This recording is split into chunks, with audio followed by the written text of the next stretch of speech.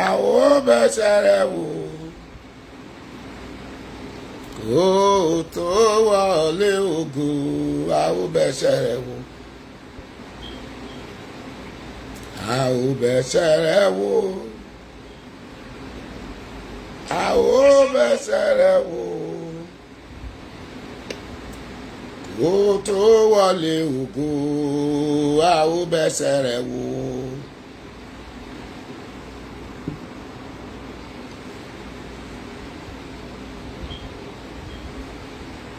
Àwọn bẹ̀sẹ̀ rẹ̀ wò. Aunty Ọláìwọlá Ṣadé, God bless you ma. Aunty Bọ́sẹ̀dé, God bless you. Adébísí Ṣàngó Sànyà, God bless you. Ká tó wọlé ògo, àwọn bẹ̀sẹ̀ rẹ̀ wò. Àwọn bẹ̀sẹ̀ rẹ̀ wò. My sister Aunty Kemi Tosin, God bless you.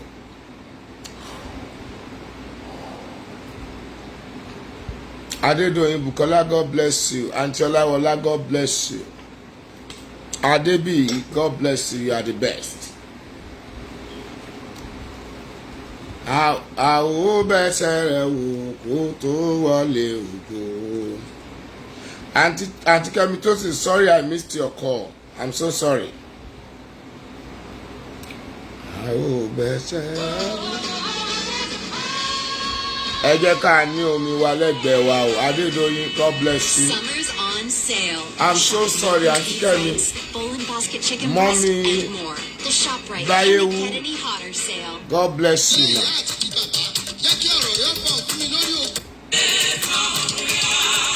Mommy Kenny Kusoro, God bless you. Èso wa àti omi wa.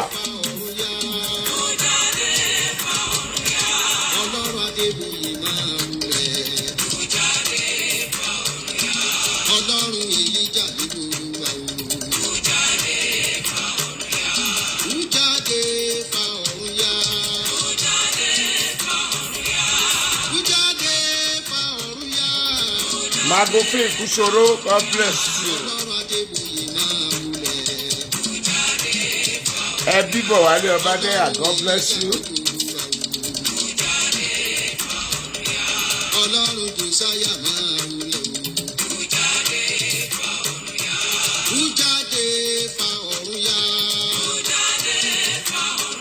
Bó ṣe.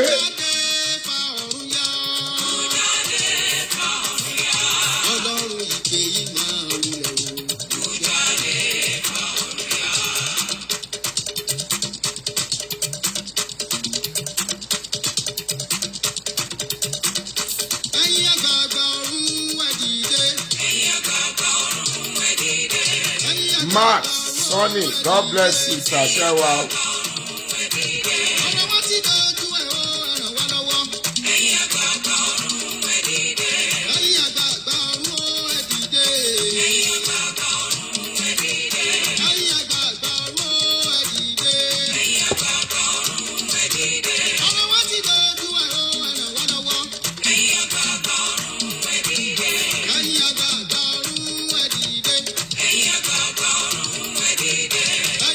Mommy Grace Alaron, God bless you. Happy weekend to you as well. Yeah, no, nígbà. Gbogbo ọ̀tá ìràwọ̀ tọ́lá ò ní dé láì lérí kólúwa ọba kó bá wa dá wọn lẹ́kùn àsìkò ti tó ẹ jẹ́ ká gbàdúrà. Lórúkọ Jésù mo dúró lórí àpáta ayérayé ilẹ̀ mìíràn yẹn ni. Sọ̀rọ̀. Ìtẹnu mi bẹ̀jẹ̀ Jésù gbogbo ara mi kìkì ẹ̀jẹ̀ olùgbàlà. Áńgẹ́lì tí ń bẹ lọ́wọ́ Mommy Hope Udo, you are the best. Tí ń bẹ lẹ́yìn mi gbani. Áńgẹ́lì tí ń bẹ lọ́wọ́ ọ̀tún mi gbani. Èyí tí ń bẹ lọ́wọ́ òsì mi gbani. Àárín gbùngbùn tí mo dúró sí. Mi ò ní gbọ́. Ọlọ́run o, bá mi àgbà Ẹ sọ̀rọ̀ sókè. Àrí àgbà tó tún dé àwọn ààrẹ lọ, ọpẹ́ ni mo kọ́kọ́ mú wá fún gbogbo oore tẹ́ ẹ ti ṣe. Mo dúpẹ́ fún gbogbo ogun tẹ́ ẹ ti ṣẹ́ síwájú ọjọ́ òní. Mo dúpẹ́ fún gbogbo ogun tí ẹ̀yin ń ṣẹ́ lọ́wọ́lọ́wọ́. Mo dúpẹ́ fún gbogbo ogun tẹ́ ẹ tún máa ṣẹ́ lọ́jọ́ iwájú fún mi. Ọlọ́run o, abiyamọ níjẹ́ ogun bá ẹ ṣé àǹtí Ṣadé. gbogbo ẹ̀ṣẹ̀ tí mo ti dá Àmín tí o. ń dayé èmi lógun bá mi fẹ̀jẹ̀ Jésù sí wọn dànù kí n dòmìnira kúrò lọ́wọ́ ọ̀tá gbogbo ẹ̀ṣẹ̀ ìdílé ìyá ẹ̀ṣẹ̀ àjogúnbá lọ́wọ́ bàbá Olúwa bá mi fẹ̀jẹ̀ Jésù sí wọn kúrò pátápátá gbogbo ẹ̀ṣẹ̀ àyíká ẹ̀ṣẹ̀ àdúgbò ohun ilé tí mò ń gbé ẹ̀ṣẹ̀ orílẹ̀-èdè tí ń dayé èmi lógun Olúwa bá mi fẹ̀jẹ̀ Jésù sí wọn lọ kókó lè ṣẹ́ fún mi ìwọ ẹni tí ń gbọ́ mi bí ọwọ́ ọ̀tún rẹ lé orí kí o wá pe orúkọ Mommy Jésù Hope lẹ́ẹ̀kan. Udo, thanks for sharing it and God bless you. Yeah, mi ò ní gbà. Orúkọ Jésù ooo. Orúkọ Jésù ooo. Gbogbo ogun ìdílé tí ń dayé mi láàmú, ọ̀yá máa ṣí lọ. Gbogbo ègún tí ń yọ Ó ayé mi lẹ́nu, sọ̀rọ̀ ní. ọ̀yá máa ṣí kúrò ní kankan. Orin Dáfídì, orí 100, ẹsẹ̀ kìíní dé ìparí. Ọlọ́run yára gbà mí, Olúwa yára láti ràn mí lọ́wọ́. Kí ojú kí ó ti àwọn tí ń wá ọkàn mi, kí wọn kí ó sì dààmú, kí wọn kí ó sì padà sẹ́yìn, kí a sì dààmú àwọn tí ń Mommy wá Adédoyin ọkàn mi. Kẹ́hìndé Ṣílò, God bless you. Mà àwọn ọmọ mi ń kọ́ ilé ń kọ́ iṣẹ́ ń kọ́. Àwọn tí ń wí pé ha kí gbogbo àwọn tí ń wá ọ kí ó máa yọ̀ kí inú wọn kí ó sì máa dùn nípa tirẹ̀ kí irú àwọn tí ó sì fẹ́ ìgbàlà rẹ kí ó máa wí nígbà gbogbo wípé kí a gbé Ọlọ́run ga ṣùgbọ́n tálákà àti aláìní ni èmi Ọlọ́run yára sí mi ìwọ ni olùrànlọ́wọ́ àti olùgbàlà mi Olúwa má ṣe pẹ́ títí Ọlọ́run ooo jẹ́ kí ọ̀rọ̀ rẹ fọhùn fún mi lórí ogun ìdílé ìyá àti ti bàbá jẹ́ kí ọ̀rọ̀ rẹ fọhùn fún mi lórí ogun ajogun mẹ́jẹ̀ẹ̀jọ tí ń gbélé ayé janilógun ogun tí wọn ò mójú ẹnikẹ́ni ogun tí wọn ò kọ́tò ògùn àwọn ni ẹ̀mí búburú mẹ́jẹ̀ẹ̀jọ tí ń gbénú afẹ́fẹ́ jọmọ aráyé lógun àwọn ní ń bẹ nínú àkóso ìpẹ́jú àìní àìrọ́mọbí òfò ìdààmú àṣetì àdánù ohun ogun mọ̀tẹ́gbẹ́ ìwọ ẹni tí ń làkàkà nínú ìpẹ́jú ó ti jáwé ó ti wágbò ó ti rúbọ eku méjì olùwéré ẹja méjì àbúwẹ̀ dàdà ẹbí ẹlùkùkù síbẹ̀síbẹ̀. Ọlámídé fi kún Ayọ̀mí, God bless you. Precious Lawrence, God bless you, mommy. Ẹ̀jẹ̀ Jésù nìkan ló lágbára tó ju gbogbo ètùtù àwọn àgbà. Mommy Abọ́sẹ̀dé Ọdẹ́jìmí, God bless you. Bí o pariwo ẹ̀jẹ̀ Jésù lẹ́ẹ̀kan ṣoṣo, kó o Yeah. fi ẹ̀mí mímọ́ lé e, kó kun àwọn ajogun kó máa ṣí lọ ní bẹ́ẹ̀rẹ́bẹ́. Ẹ̀jẹ̀ Jésù. Ẹ̀rí Ayọ̀ Olúwa Ọmọ́táyọ̀, God bless you. Gbogbo ogun ajogun nínú ayé mi ọ̀yá, ẹ máa ṣí lọ. Afọláhàn Adéwùmí, Afọláyàn Adéwùmí, God bless you, ma. Gbogbo O.J.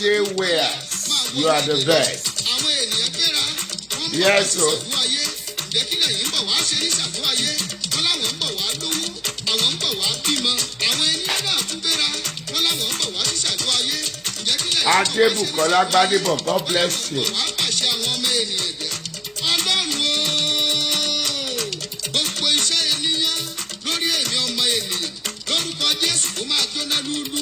Gbogbo ìpàdé ibi táwọn ènìyàn gbé ní òkùnkùn biribiri ṣe nítorí èmi ọmọ ènìyàn. Ọ̀rá Olódùmarè kó máa tú wọn ká. Gbogbo àmì ibi, gbogbo àmì máṣerere, gbogbo àmì mátẹ̀gbẹ́ tí àwọn ènìyàn ṣe sí èmi ọmọ ènìyàn lára lórúkọ Jésù kó máa parẹ́. Ọlọ́run ooo, ọ̀rọ̀ rẹ̀ wí fún mi wípé ẹ má ṣe fọwọ́ kan ẹni àmì òróró mi, ẹ má sì ṣe ṣe wòlíì mi níbi. Ọ̀rọ̀ rẹ̀ tún wípé bí àtètè kan ṣe ní ọ̀rọ̀ wà pẹ̀lú Ọlọ́run. Ọlọ́run sì lé ọ̀rọ̀ náà, ìmọ́lẹ̀ wá sí ayé, òkùnkùn sì lé borí rẹ̀, ìmọ́lẹ̀ ní borí òkùnkùn lọ́jọ́kọ́jọ́. A tún kọ wípé nítorí ìdí èyí ni ọmọ Ọlọ́run ṣe farahàn láti pa gbogbo iṣẹ́ ìṣòro. Lórúkọ Jésù ní kí gbogbo eégún kó máa wólẹ̀, àwọn tí ń bẹ lọ́run àtàwọn tí ń bẹ láyé àtàwọn tí ń bẹ ní ìsàlẹ̀ ilẹ̀. A tún kọ wípé ẹ pàṣẹ fún mi ní ti iṣẹ́ ọwọ́ mi, wọ́n ó sì Mọ́mí Ṣọlá Adégbàyí, bí ọkàn yín á balẹ̀ o.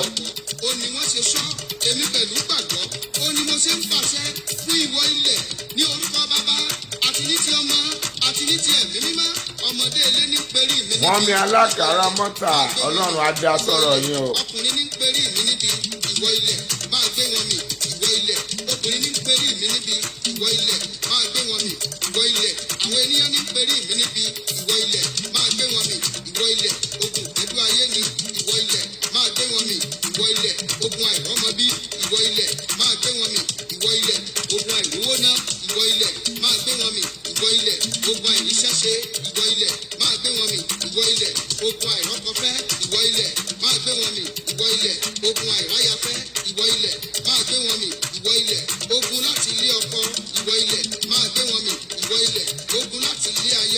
ìwọ ilẹ̀ máa gbé wọn mì ìwọ ilẹ̀ gbogbo ogun adáhunṣe ìwọ ilẹ̀ máa gbé wọn mì ìwọ ilẹ̀ gbogbo ogun wòlíì èké ìwọ ilẹ̀ máa gbé wọn mì ìwọ ilẹ̀ gbogbo ogun tó dúró dè mí lẹ́ńbàsì tí ọ̀jẹ̀ kí bísà mi ọ̀ tẹ̀ mí lọ́wọ́ ìwọ ilẹ̀ máa gbé wọn mì ìwọ ilẹ̀ gbogbo ogun ẹni tó ti ga tó ní mi ò ní ga ìwọ ilẹ̀ máa gbé wọn mì ìwọ ilẹ̀ gbogbo ogun ẹni tó ti lọ́lá tó ní mi ò ní lọ́lá ìwọ ilẹ̀ máa gbé wọn mì. Ọba agbára ó jẹ́ sàmì àdúrà yóò. máa gbé wọn mì ìwọ ilẹ̀ gbogbo ogun olùfisùn ìwọ ilẹ̀ máa gbé wọn mì ìwọ ilẹ̀. Ọdún ọwọ́ rẹ̀ ọba mọ̀jẹ̀mú. ìwọ ilẹ̀ máa gbé wọn mì ìwọ ilẹ̀ gbogbo ogun akọ̀yàyà gbárí ẹni lọ ìwọ ilẹ̀ máa gbé wọn mì ìwọ ilẹ̀ gbogbo ogun tó dúró síbi tí mo ti ń tajà mi ìwọ ilẹ̀. Mommy Christy Eki, sorry, God bless you, ma. Sorry I missed your call. ìwọ ilẹ̀ máa gbé wọn mì ìwọ ilẹ̀.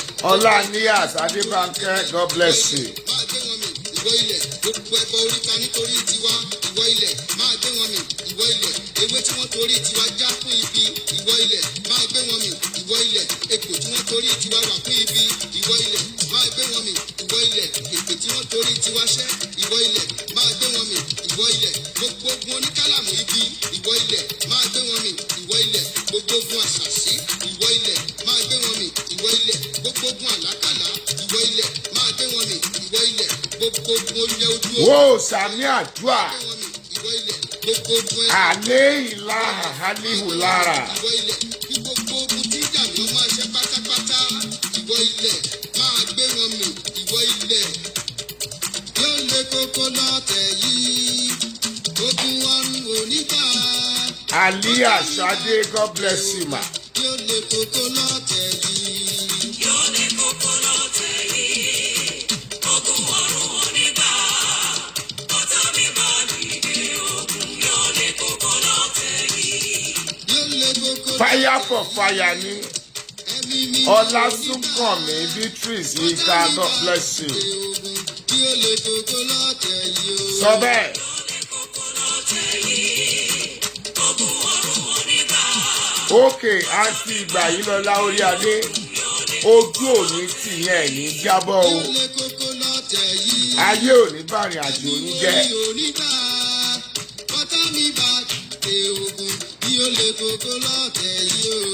Yóò lé kókó lọ́tẹ̀ yìí, ogun ọ̀run onígbà. Àǹtí Bùkọ́lá Ọlárẹ̀wájú báwo lára yín ṣe wà ókè mà? Ọkàn yín kọ́. Ọ̀tá mi Yes ma, Àǹtí Kẹ́mi tó sì, God bless you. Ẹ ṣe ire náà kárí. ọ̀tá mi bá dìde ogun, yóò lé kókó lọ́tẹ̀ yìí. ọlọ́run o. Yes o, Àǹtí Gbádébọ̀, ẹ ṣeun. Jésù ọmọ ọlọ́run alààyè o. Àhá. Ẹ̀yin àgbààgbà mẹ́rẹ̀ẹ̀rìnlélógún o. Ogun ọ̀run ẹ dìde. Iná fún iná ni fún gbogbo ẹranko ayé. Ó pe mí ọlá mo gbáná fàràbàtà wó mi. Ìdà fún ìdà ní fún gbogbo ẹranko ayé tí ń torí Ó pe mí mo pe yí ọlá ọ̀dá òṣèdó yé mẹ́sọ̀gbọ̀ ẹ̀yẹ mọ́tò gàgà hàgà. ìgbà olójú méjì tí ń gbénú ọ̀run tẹ̀yẹ́bẹ́ tẹ̀yẹ́bẹ́ tẹ̀yẹ́bẹ́. Ọba gbénú ọlákùnrin. Ọ̀tá àwa àyànfẹ́ òfin Ee, wọ ni Ọlọ́run. Ọlọ́run o, gbèjà wájà lójú ayé lójú ọ̀run.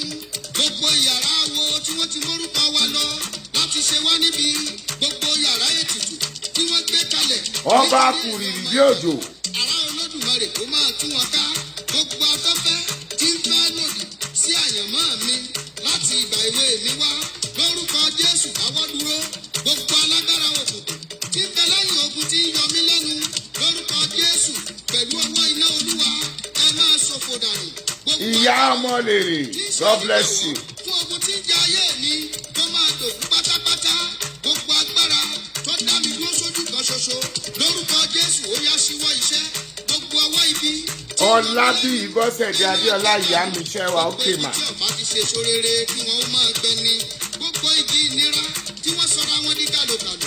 Tí ọ̀jẹ̀ péré èèyàn tẹ̀ mí lọ́wọ́ níbi iṣẹ́, nínú ilé, nínú ìjọ, lẹ́nu okòwò mi.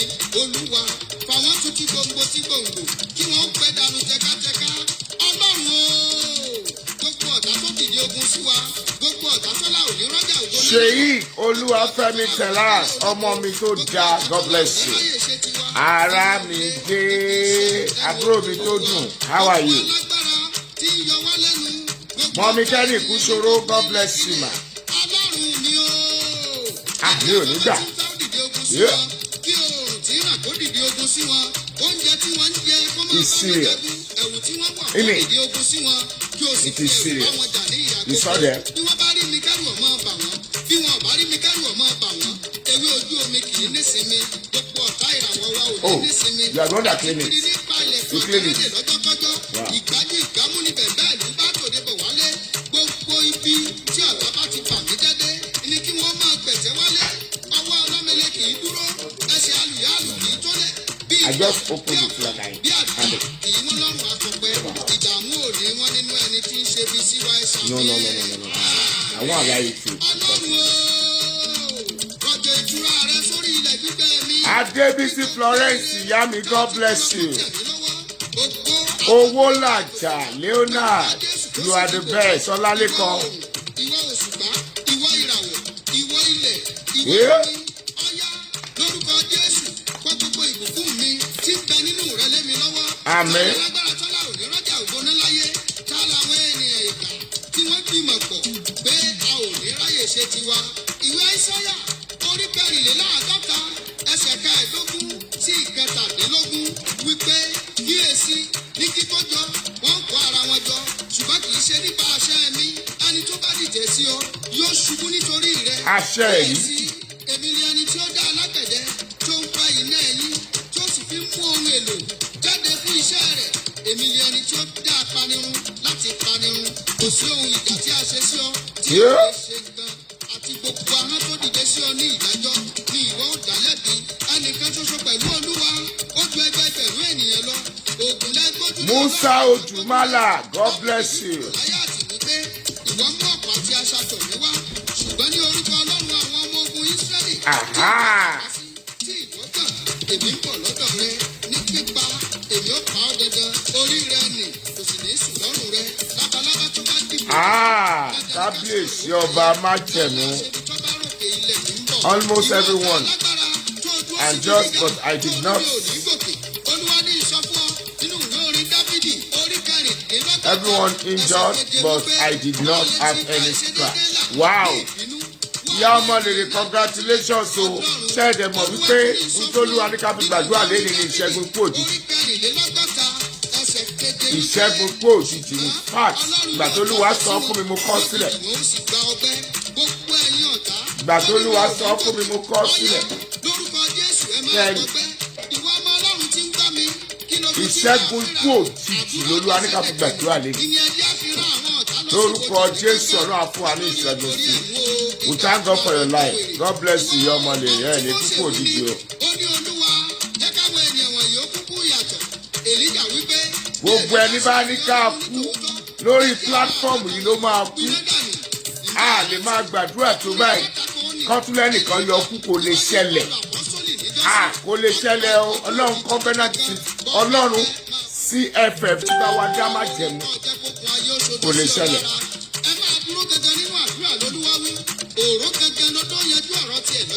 Kábíyèsí. Ṣé mo wí níjọ́sí pé aládùúrà ló dá wòlíì lọ́jọ́kọ́jọ́ gbogbo ìran àbàmì gbogbo ìran ibi tá a ti rí sí mi lórúkọ Jésù kò ní ṣẹ. Àṣẹ yìí. Ẹ̀jẹ̀ Jésù kó máa ṣí wọn dànù. Àmín. Ẹ̀jẹ̀ Jésù kó máa pa wọ́n rẹ́. Àṣẹ ọba yìí. Tó ti bá sọ́wọ́ àjèjì ènìyàn lórúkọ Jésù kó máa tẹ̀ mí lọ́wọ́. Gbogbo aṣọ àwọn àgbà tí wọ́n ti ṣiṣẹ́ ibi nítorí èmi ọmọ ènìyàn. Iná kò jó. Gbogbo alágbára ayé tí wọ́n ní mi ò ní rògbòlò láyé. Gbogbo ìka ènìyàn tí wọ́n gbìmọ̀ pọ̀ nítorí ògo mi àbáwáyé. Olúwa ṣẹ̀ṣẹ̀ bọ́ mi parun fún wọn. Àṣẹ yìí. Ìdí aṣẹ́gun ẹ̀yin ìka ènìyàn tí sọgbàdọ̀gbun tí fẹ́ pààrọ̀ ogun àmúwáyé. Olúwa ní sọ fún wípé ìwájú lójúgun gbé irọ́ lẹ́pa. Bẹ́ẹ̀ni. Ìbùkún ni fún mi nígbà tí mo bá wọlé. Ìgò sí wájú lójú fún kí ayé ò tún gbọdọ̀ dá wa padà sẹ́yìn mọ́. Ọlá mi ò gbọdọ̀ rẹ̀yìn. Gbogbo ẹni tó bá ti ń fẹ́ mi fún rere kí wọ́n máa ṣe rere. Ọ̀yá gbogbo ilẹ̀kùn rere kó máa ṣí fún mi. Ẹ̀rù jẹ̀jẹ̀ ní gbogbo ilẹ̀kílẹ̀ ọ̀dọ́wọ́ rẹ̀. Ọlọ́run Ábúráhámù o, làhá Uganda fi dà wá.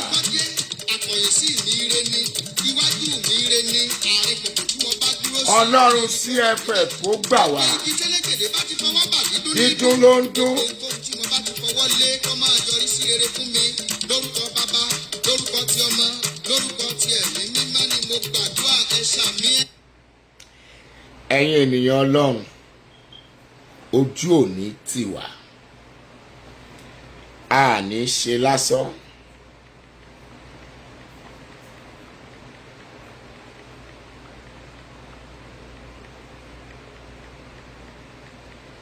A ní wáyé òṣì.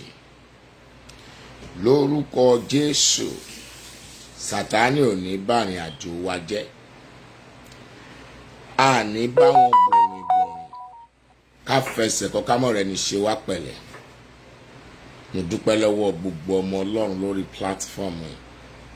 Mo dẹ̀ dúpẹ́ fún oríṣiríṣi testimonies tó ń wáyé lórí platform yìí. Lọ́kùnrin tí ń fún wa ní testimony, lóbìnrin ń fún wa ní títí ẹ̀. Kì í ṣe ènìyàn Ọlọ́run ni, èmi gan ò mọ bọ́lọ́run yẹn ṣe ń ṣe. Tí mi gan bá ṣẹlẹ̀, màmá ní báwo ló ṣe ṣẹlẹ̀. Ṣùgbọ́n àdìtú lọ̀rọ̀ wa ń bí. Okay, mommy Coris, mo ti gbọ́ mà. I will snap it and send it to you. So, a ò ní dààmú. Agbára wà lọ́wọ́ Ọlọ́run. Ọlọ́run dẹ̀ ló ń ṣẹ́gun fún yàn. Ọlọ́run ló ń ṣiṣẹ́ lórí òkè kì í ṣe mi. Mi ìmọ̀ nǹkan kan, ó kàn ń lò mí ni. Ó kàn ń lò mí ni, ògbólógbòó ẹlẹ́ṣẹ̀ ni mí. Ṣùgbọ́n mi ìmọ̀nà tọ́lọ́run gbà ṣe. Àwọn mẹ́ta kan fún mi ní testimonies kan láàárọ̀ yìí. In fact, èmi gan mọ̀ pé Ọlọ́run wà nínú CFF and I pray it will be permanent in the mighty name of Jesus Christ. Tó o bá ti gbọ́ràn, tó o tẹ̀lé àṣẹ tọ́lọ́run bá ti sọ ń bíbá ẹ̀. Sorry, the secret tọ́lọ́run ṣe ń ṣẹ́gun fún wa bí ni pé we are giving out. We are giving out almost every day. I know somebody gave me money. And he for me 40,000 for tithe. Ọkàn mi kàn lọ sọ́dọ̀ àwọn couples kan arúgbó tí mo mọ̀. Ọkàn mi kàn lọ ọ̀dọ̀ wọn ní sra. Bá gbé fóònù Nàìjíríà bá pọ̀. A bá ń sọ̀rọ̀. Olúwa ní àwọn tó máa kówó yẹn fún lélẹ̀. Kò jẹ́ ìsinmi. Ó lu aago yẹn sí mi láyà. Ó lu sí mi létí, ó lu sí mi ní gbogbo ara. Ibi tí mo ti lọ jẹ buffet, bí mo ti jókòó síbẹ̀ náà ni mo gbé fóònù ra. Ó dùn mí pé fóònù yẹn ni mo ń lò. I will have shown you. Ìgbà tílẹ̀ máa mọ́ láàárọ̀ yìí, somebody gave me 100,000 naira. That is the secret of giving. When you are giving, there is victory in giving. There is so many benefits in giving. And that is the secret of, God answering our prayers. Ṣé wàá kọ́mọ́ ní kọ́ ta mi lọ́rọ̀ lánàá? Wọ́n ti ta mi lọ́rọ̀ náà lánàá. Olúwa ní àwọn aláìníyà ní bàbá lọ fún wọn lówó. And I did. O ò ní dààmú. Ibi ò ní bá ọ. O ò ní wáyé ìyà. Ìwọ náà ní testimony. Testimony tó ò ní yẹn wà ní. Ó lè pẹ́. Ìlérí yẹn lè pẹ́. Ṣùgbọ́n síbẹ̀síbẹ̀ á wá sí ìmúṣẹ. Ìwọ ni kò ní sùúrù kò di Jésù. Gbẹ́kẹ̀lé ojú òní tì ọ́. Mo ní 20 minutes láti fi bá wa sọ̀rọ̀ Ọlọ́run ká tó gbàdúrà 40 minutes. Yes, your testimony is on the way. OJ Wears. Your testimony is on the way. Your testimony is now. Ẹ jẹ́ ká lọ jẹ chocolate. Orúkọ Jésù ọba agbára. Ẹ̀rí gbogbo ẹ̀dá ènìyàn gba ọpẹ́ gbà yìí. Dáríjì ọba ńlá. Sọ̀kalẹ̀ wá ọba láíláí. Agbára Ísírẹ́lì kò ṣòro fún wa. Ọba agbára kó gbàdúrà fún wa. Ká mọ́ ṣe lásán. Jésù Olúwa wa. Àmín. Ẹ̀yin ènìyàn Ọlọ́run. Ọ̀rọ̀ tá a ṣe ń sọ náà la ṣe ń sọ lọ. Wọ́n á fàwọ́ next week ni. Ọjọ́ ìdájọ́. Ọjọ́ tí Jésù yóò dé. Ọjọ́ tí Jésù yóò dé. ẹlòmíràn yóò máa ṣàgbèrè lọ́wọ́, ẹlòmíràn yóò máa ja olè lọ́wọ́ lọ́jọ́ tí Jésù yóò dé. Ẹ̀yin ènìyàn Ọlọ́run, àwa tá a máa ń sọ̀rọ̀ àlùfàǹṣá jáde lẹ́nu, kò sẹ́ni tá a lè sọ̀rọ̀ sí, kò sẹ́ni tó ò lè bú, kò sẹ́ni tó ò lè bá jà, kò sẹ́ni tó ò lè bá fa wàhálà, pàápàá jùlọ àwọn wòlíì mímọ́, pàápàá jùlọ evangelist mímọ́, pàápàá jùlọ àwọn àfáà mímọ́, àwọn tó jù ọ́ lọ, a sọ̀rọ̀ sí wọn ṣàkà, a dá gbogbo ẹ̀ lulẹ̀ bùà, wàá náà ti mọ̀ pé ọmọ rẹ̀ sọ, wàá rojọ́ lọ́jọ́ náà lọ́hùn. Ẹjọ́ mi bẹ lọ́rùn àròdákẹ́, ẹjọ́ ń bẹ lọ́rùn àròdákẹ́. Ẹlòmíì ti bí ọ̀rọ̀ sísọ ó ti kan ìjàngbọ̀n, ẹlòmíì ti bí ọ̀rọ̀ sísọ ó ti kó wàhálà, ẹlòmíì ti bí ọ̀rọ̀ sísọ ó ti kó ìdààmú, ẹlòmíì alanu apádé ní gbàgbà, kò fẹ́ rántí pé nìkankan wà ń bẹ̀, kò fẹ́ wo consequences ọ̀rọ̀ tó sọ, kò fẹ́ mọ bó ṣe hit àwọn ènìyàn sí. Akọ̀sọ́ náà ni bíyàwó ilé mi sọ ọ̀rọ̀ báyìí ẹ̀rù abá ẹ̀, bíyàwó ilé mi sọ̀rọ̀ wàá wò pé ṣé ìyàwó ilé lélẹ̀, bọ́kọ ilé mi sọ̀rọ̀ wàá wò pé ṣọ́kọ ilé lélẹ̀. Òfófó olófófó, ẹjọ́ ẹlẹ́jọ́, wọn ò lè ṣe nǹkan tì lójú ẹ àfi kó o sọ. Wàá pẹ́ lòmíì, wàá gbẹ́ lòmíì sí spíkà, wàá dẹ̀ máa bẹ́ nìyẹn sọ̀rọ̀, wàá máa ṣe ẹ̀hẹ́n o. Ẹnìyẹn ò ní mọ̀ pé o ti bà tòun jẹ́, o ti ju òun sí spíkà. Wàá wá sọ fẹ́ nìyẹn pé ṣé ẹ ti gbọ́ ọ̀rọ̀ tí mo sọ fún yín.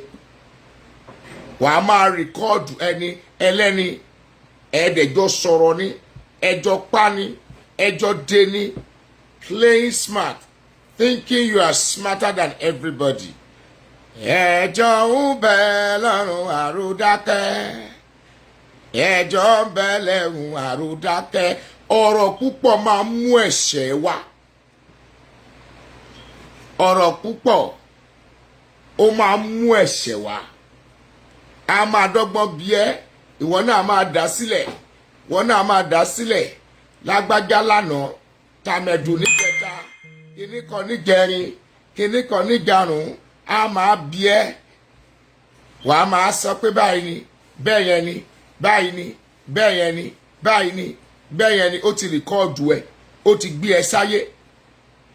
Ẹ jẹ́ ká lọ sínú Bíbélì, ó má dàbí ìgbà tí mò ń ṣàsọdùn. Matthew 12:36. Matthew 12:36. Only but I tell you that every careless word that people speak, they shall give an accounting for it in the day of judgment. Matthew 12:36. God bless you, Adeniyi. Ìwọ ò tí mọ̀ báyìí, kò tí yí ẹ báyìí. Lóòótọ́ ìwọ̀fà lẹ́nu, ohun tó bá wù ẹ́ ló lè fi sọ. Àwọn ọ̀rọ̀ àlùfàǹṣá, àwọn ọ̀rọ̀ tó lè fi pààyàn, àwọn ọ̀rọ̀ tó lè fi dayé èèyàn rú, àwọn ọ̀rọ̀ tó lè fi pààyàn, tó lè fi géèyàn lórí lọ́la. Wàá sọ gbà ó, wàá dẹ̀ mójú kúrò níbẹ̀. Ahọ́n ló kéré jù lára, ṣùgbọ́n ahọ́n ló yára pànìyàn jù. Wàá pe léyìí, wàá sọ fún pé báyìí, wàá pè yẹn, wàá sọ fún pé báyìí, wàá mórí wọn, wàá fi gbára wọn. Woman kan sọ̀rọ̀ kan fún mi, olóṣèlú ni. Wọ́n ní táwọn bá fẹ́ jalè nínú òṣèlú àwọn mọ àwọn táwọn máa rán lọ táwọn kan bá fẹ́ búyàn àbọ̀ fẹ́ kán lọ jà àwọn mọ àwọn tó máa rán lọ bóná rán wọ́ lọ ibi òfófó ẹjọ́ ẹlẹ́jọ́ bóyè jọ ọ̀rẹ́ mi ibi òfófó ẹjọ́ ẹlẹ́jọ́ ọ̀rọ̀ ọlọ́rọ̀ gbọ́ ìsọ̀ yìí tó bèrè mi bá sọ̀rọ̀ sọ́kọ ẹ̀ wà á lọ́lọ́run ò ṣẹ̀dá ẹ̀ tọkọ mi bá sọ̀rọ̀ síyàwó ẹ̀ wà á lọ́lọ́run ò dá kí là ń bá ká. gbogbo ọ̀rọ̀ àlùfàǹṣá tó sọ tẹ́lómi bá búyàn láti òkè dé ìsàlẹ̀ tẹ́lómi bá lanu pa irọ́ but must you talk ọ̀rọ̀ tó ń sọ yẹn òun fira ẹ̀ sínú ìgbèkùn ni ọ̀rọ̀ tó ń sọ yẹn òun fira ẹ̀ sínú ìgbèkùn ni. Proverbs 15:4 òwe Proverbs 15:4 the book of Proverbs chapter 15 verse 4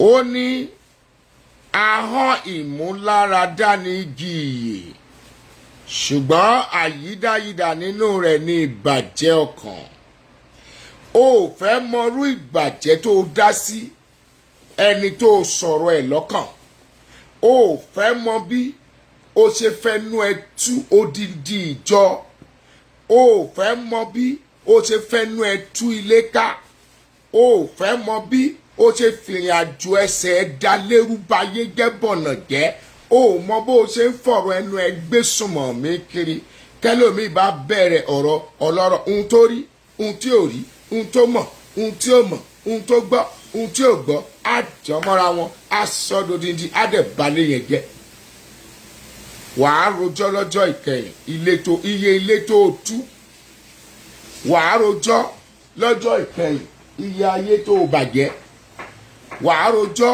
lọ́jọ́ ìkẹyìn iye ilé tó dàrú wàá rojọ́ lọ́jọ́ ìkẹyìn ń tó fìrìn àjò ẹsẹ̀ ṣe tó o bá jókòó tiẹ̀ báyìí wòlíì dẹ̀ ni ẹ́ tó o bá jókòó tiẹ̀ báyìí díkínẹ́sì dẹ̀ ni ẹ́ tó o bá jókòó tiẹ̀ báyìí atúmọ̀ ni ọ́ aríran ni ọ́ ó yẹ kí deliverance wà níbi tó o wà ní ṣùgbọ́n ìtúká ìbàjẹ́ ìbànújẹ́ ló máa dá fún wọn níbẹ̀ pẹ̀lú ọ̀rọ̀ ẹnu ẹ̀ ọlọ́run abiyẹ́lé rẹ̀ wàá rojọ́ o òun ò gbélé ayé ṣe a ó béèrè lọ́wọ́ rẹ̀ òun ò gbélé ayé ṣe Proverbs 10:19 Proverbs 10:19 òun ò gbélé ayé ṣe the power of tongue wàá rojọ́ on the judgment day bó o ṣe lo ahọ́n ẹ̀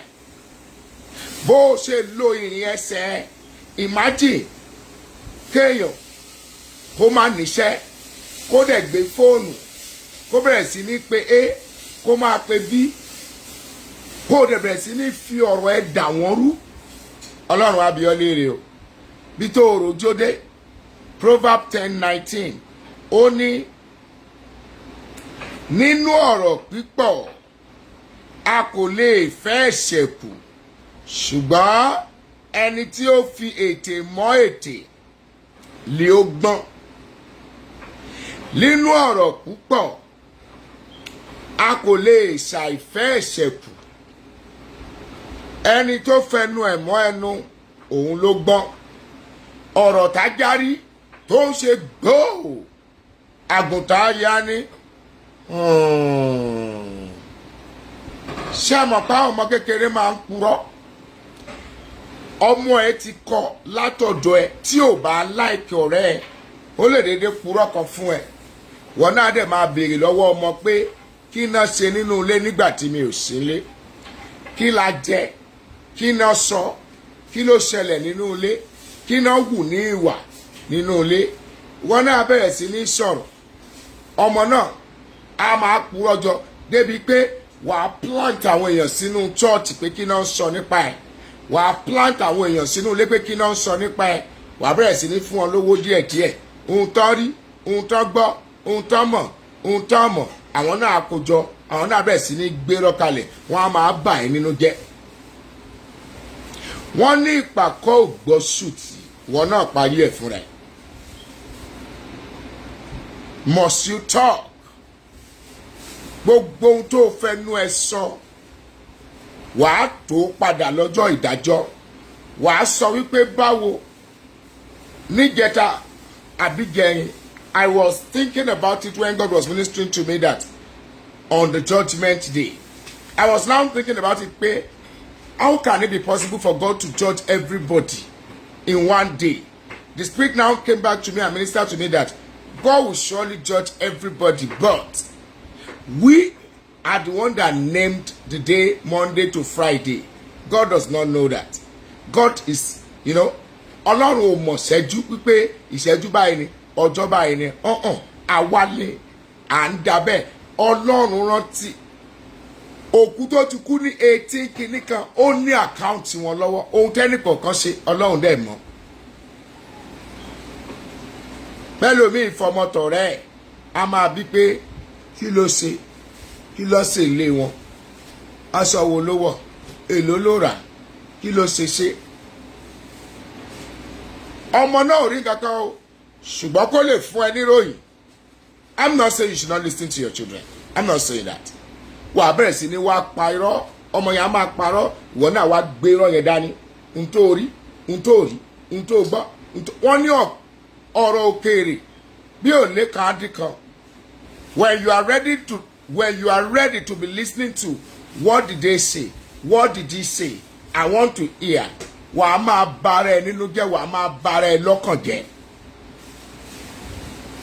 bọ̀ tó o bá ti wéèvẹ̀ dànù pé kò sí nǹkan kan níbẹ̀ òfo lọ́rọ̀ ẹ̀yìn wà á ní ìsinmi ológo. ṣé nínú ayé yìí ni bínú má ṣe ṣẹ̀ má jẹ́ kí oòrùn kó wọ̀ bá ìbínú ẹ.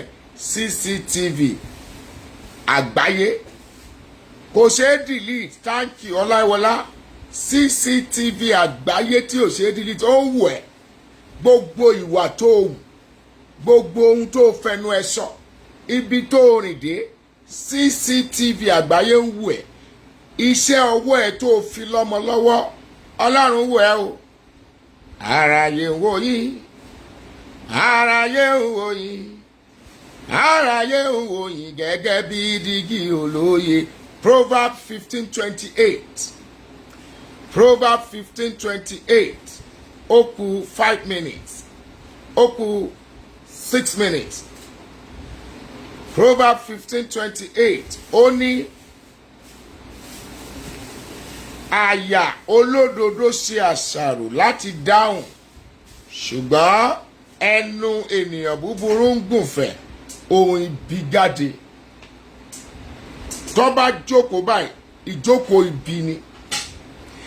ibi ìjókòó kí jókòó tó bá ti ń sọ̀sọkúsọ tó bá ti ń sọra dáadáa lẹ́nu tó ti ń to ẹjọ́ ẹlẹ́jọ́ bọ́n ṣe máa pààyàn bọ́n ṣe máa nélì ẹ̀ bọ́n ṣe máa bá tiẹ̀ jẹ́ bọ́n ṣe máa kàn má gbélébùú dìde níbẹ̀.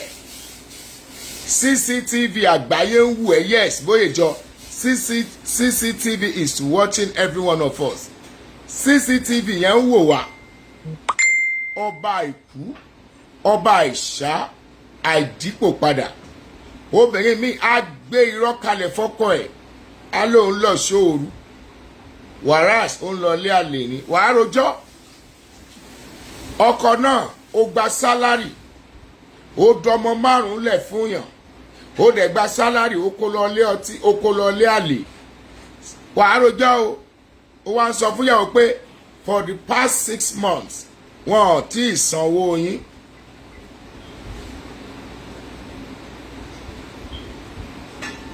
wípọ̀ ò tí ì sanwó yín wàá rojọ́ irọ́ tó o pa yẹn wàá rojọ́ bó o ṣe fírèmù ẹ yẹn wàá rojọ́ wàá wí lọ́jọ́ ìkẹyìn lọ́jọ́ tí CCTV àgbáyé máa bọ́ ọ sí ìhòòhò tí wàá dúró níwájú ìtẹ́ ògo Ọlọ́run tí wọ́n máa bi ẹ́ pé kí ló ṣe ní déètì báyìí kí ló ṣe níṣẹ́jú báyìí kí ló ṣe nígbà báyìí wàá máa wọlé wàá máa wòkè wàá máa wọ̀ tún wọ́n á máa sọ fún ẹ pé àwòrán ẹ rèé ó yá sọ̀rọ̀ ṣé wọ́n ní ṣó o dó òun ẹ mọ̀ ìgbà báyìí ọjọ́ báyìí mẹ́mórì yẹn ò lè fò lọ àwa dúró tiẹ̀ òjijì ayé ẹ òun ló lùmọ̀nà nǹkan tó o ṣe.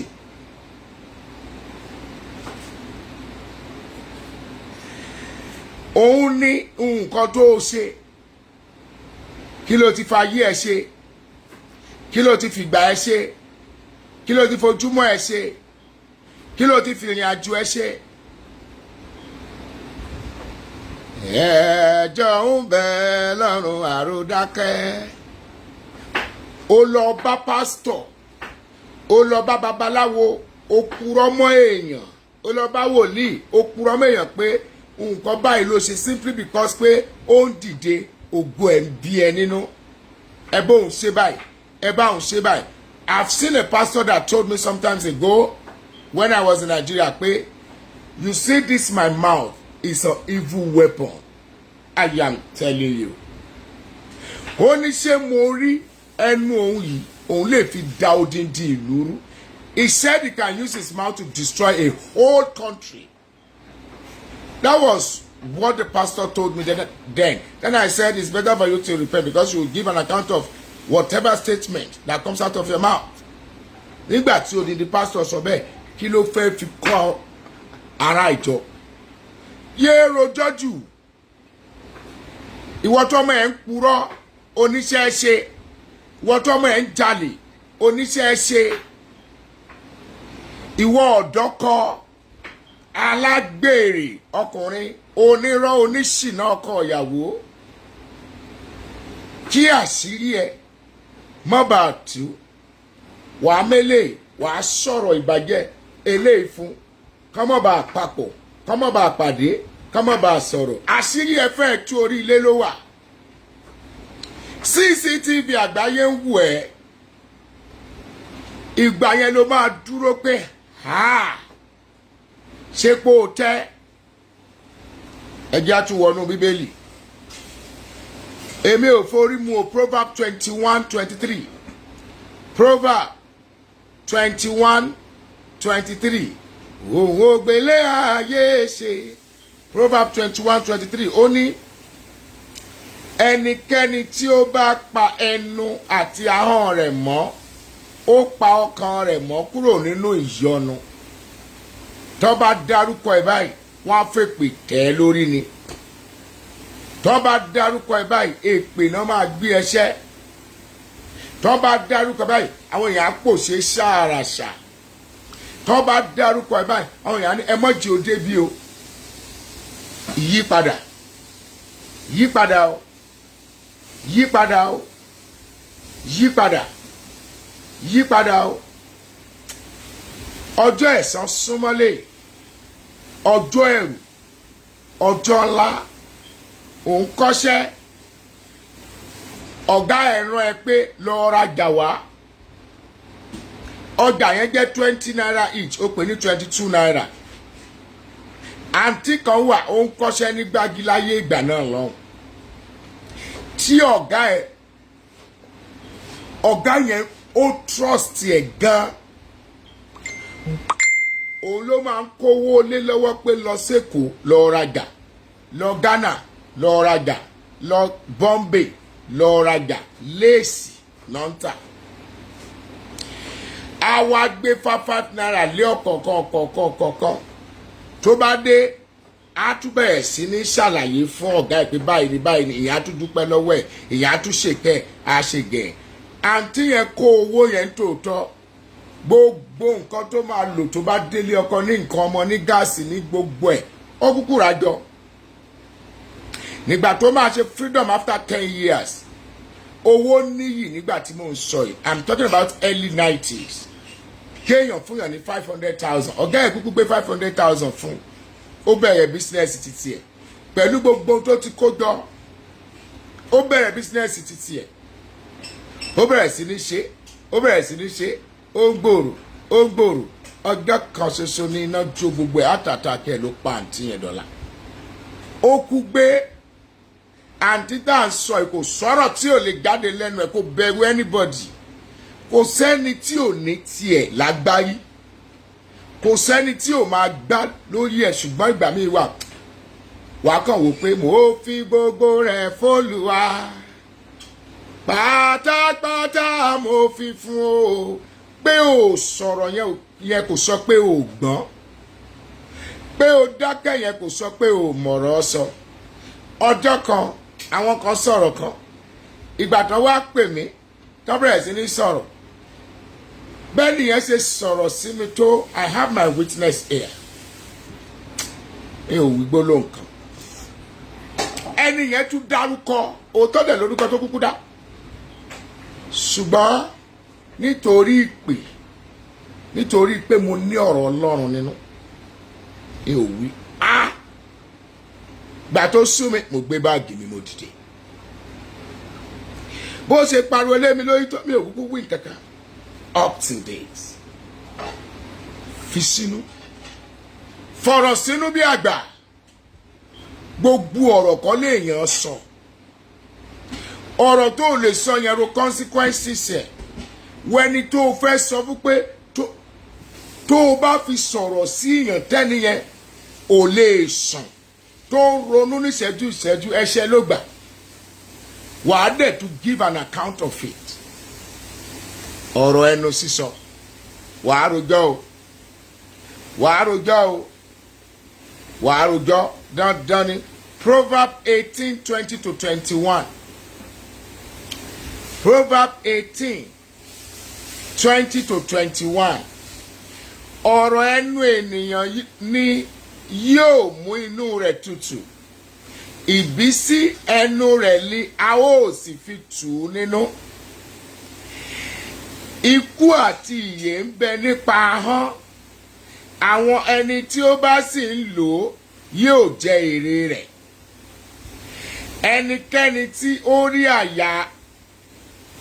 rí aya fẹ́ ó rí ohun rere ó sì rí ojú rere lọ́dọ̀ Ọlọ́run báwo ló ṣe ń lo ahọ́n ẹ̀ wàá rojọ́ wàá sọ̀rọ̀ àárín ọkọ àti ìyàwó tó dàrú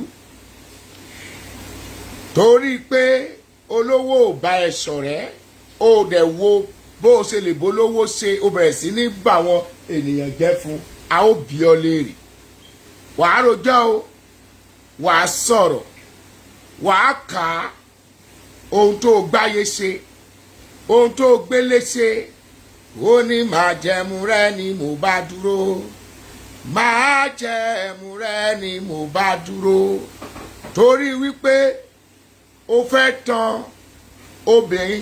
olóbìnrin fẹ̀yìn ẹ̀ lélẹ̀ ó gbé irọ́ oríṣiríṣi oníyàwó ilé ẹ yẹn kò kì í ṣe ìyàwó ó lábúrò ẹni olọ́rẹ̀ ẹni ó ní kì í ṣe pé ó fẹ́ fẹ́ ó lẹ́ẹ̀ ti kọra sílẹ̀ torí pé ó fẹ́ tẹ nìkan bá sùn á bí ọ lè ó purọ́ fọ́kọ ẹ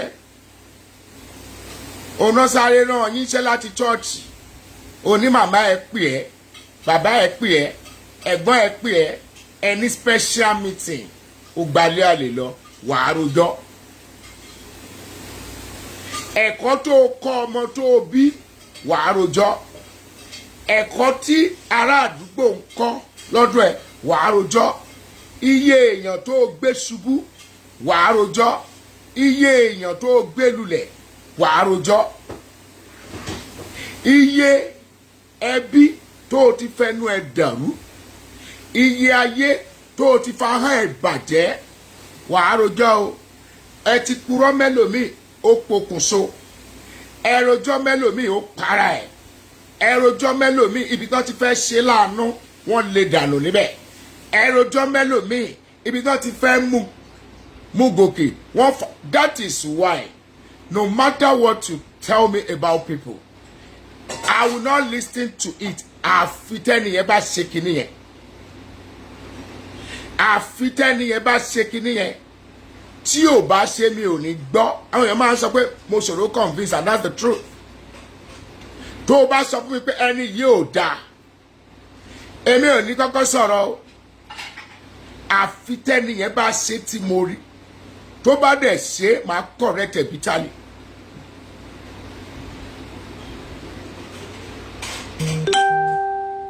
wọ́n sáré báyàn jẹ́ fún ẹ o ti rò pé it's because my pastor cannot lie to me. Announce it. Somebody was asking me a question lánàá pé pastor kan sọ fóun pé ọmọ méjì tí òun bí kóun lọ tẹ̀yàwó òun nínú ọ̀kan níbẹ̀ òun ṣe tòun. Mo ní kí ló wí? Pastor dẹ̀ ló sọ fún ẹ. Ó ní pastor ló sọ fún òun mo ní tó.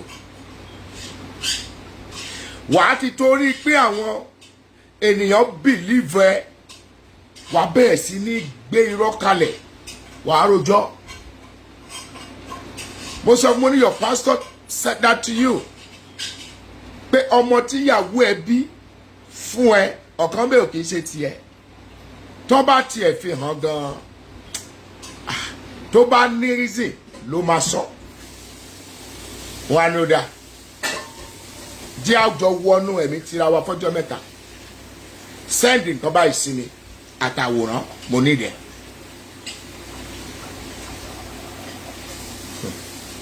Wàá rojọ́ ǹjẹ́ nísinsìnyí fún ògo Ọlọ́run bàbá fún ti ọmọ àti fún ti ẹ̀mí mọ́ a ti gbọ́ ọ̀rọ̀ rẹ o ti sọ ọ̀rọ̀ rẹ agbára tí ó yí wa lọ́kàn padà agbára tí ó jẹ́ ká lọ kúrò nínú ibi ká ṣe rere Ọlọ́run fún wa o ẹ̀mí inú àwọn wòlíì yí wa lọ́kàn padà ẹ̀mí ìrònú pìwàdà jẹ́ kó bà lé wa Jésù Olúwa wa àmín.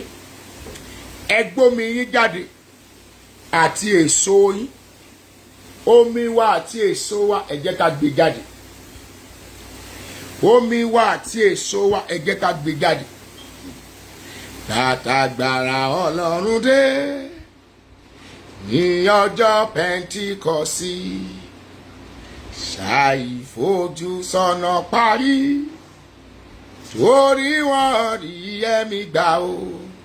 Gbogbo àdúrà tá a bá gbà níbí ẹnu Olúwa ló pè é áńgẹ́lì yẹn máa ń bá mi sọ̀rọ̀ ní dédé agogo 3 lóru wàá rí pé tó bá pè mí láago 3 òru orí ìjókòó ni màá wà torí pé Ọlọ́run máa ń sọ fún mi pé àwọn tí mo kó lé ọ lọ́wọ́ nǹkan kan ò gbọ́dọ̀ ṣe wọ́n mi ìdẹ̀fẹ́ jẹ̀bi Ọlọ́run torí bẹ́ẹ̀ mo bẹ̀yìn ohunkóhun tí Ọlọ́run bá ní ká ṣe níbi ṣé o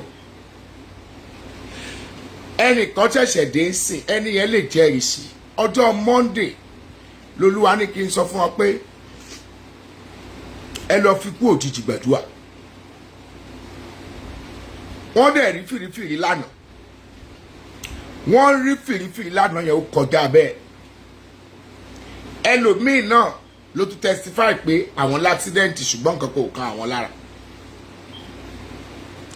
Ọlọ́run CFF ti bá wa dá májẹ̀mú ìyè ohunkóhun tó bá ní kó ṣe ṣe o gbogbo àdúrà tó bá ti bí jáde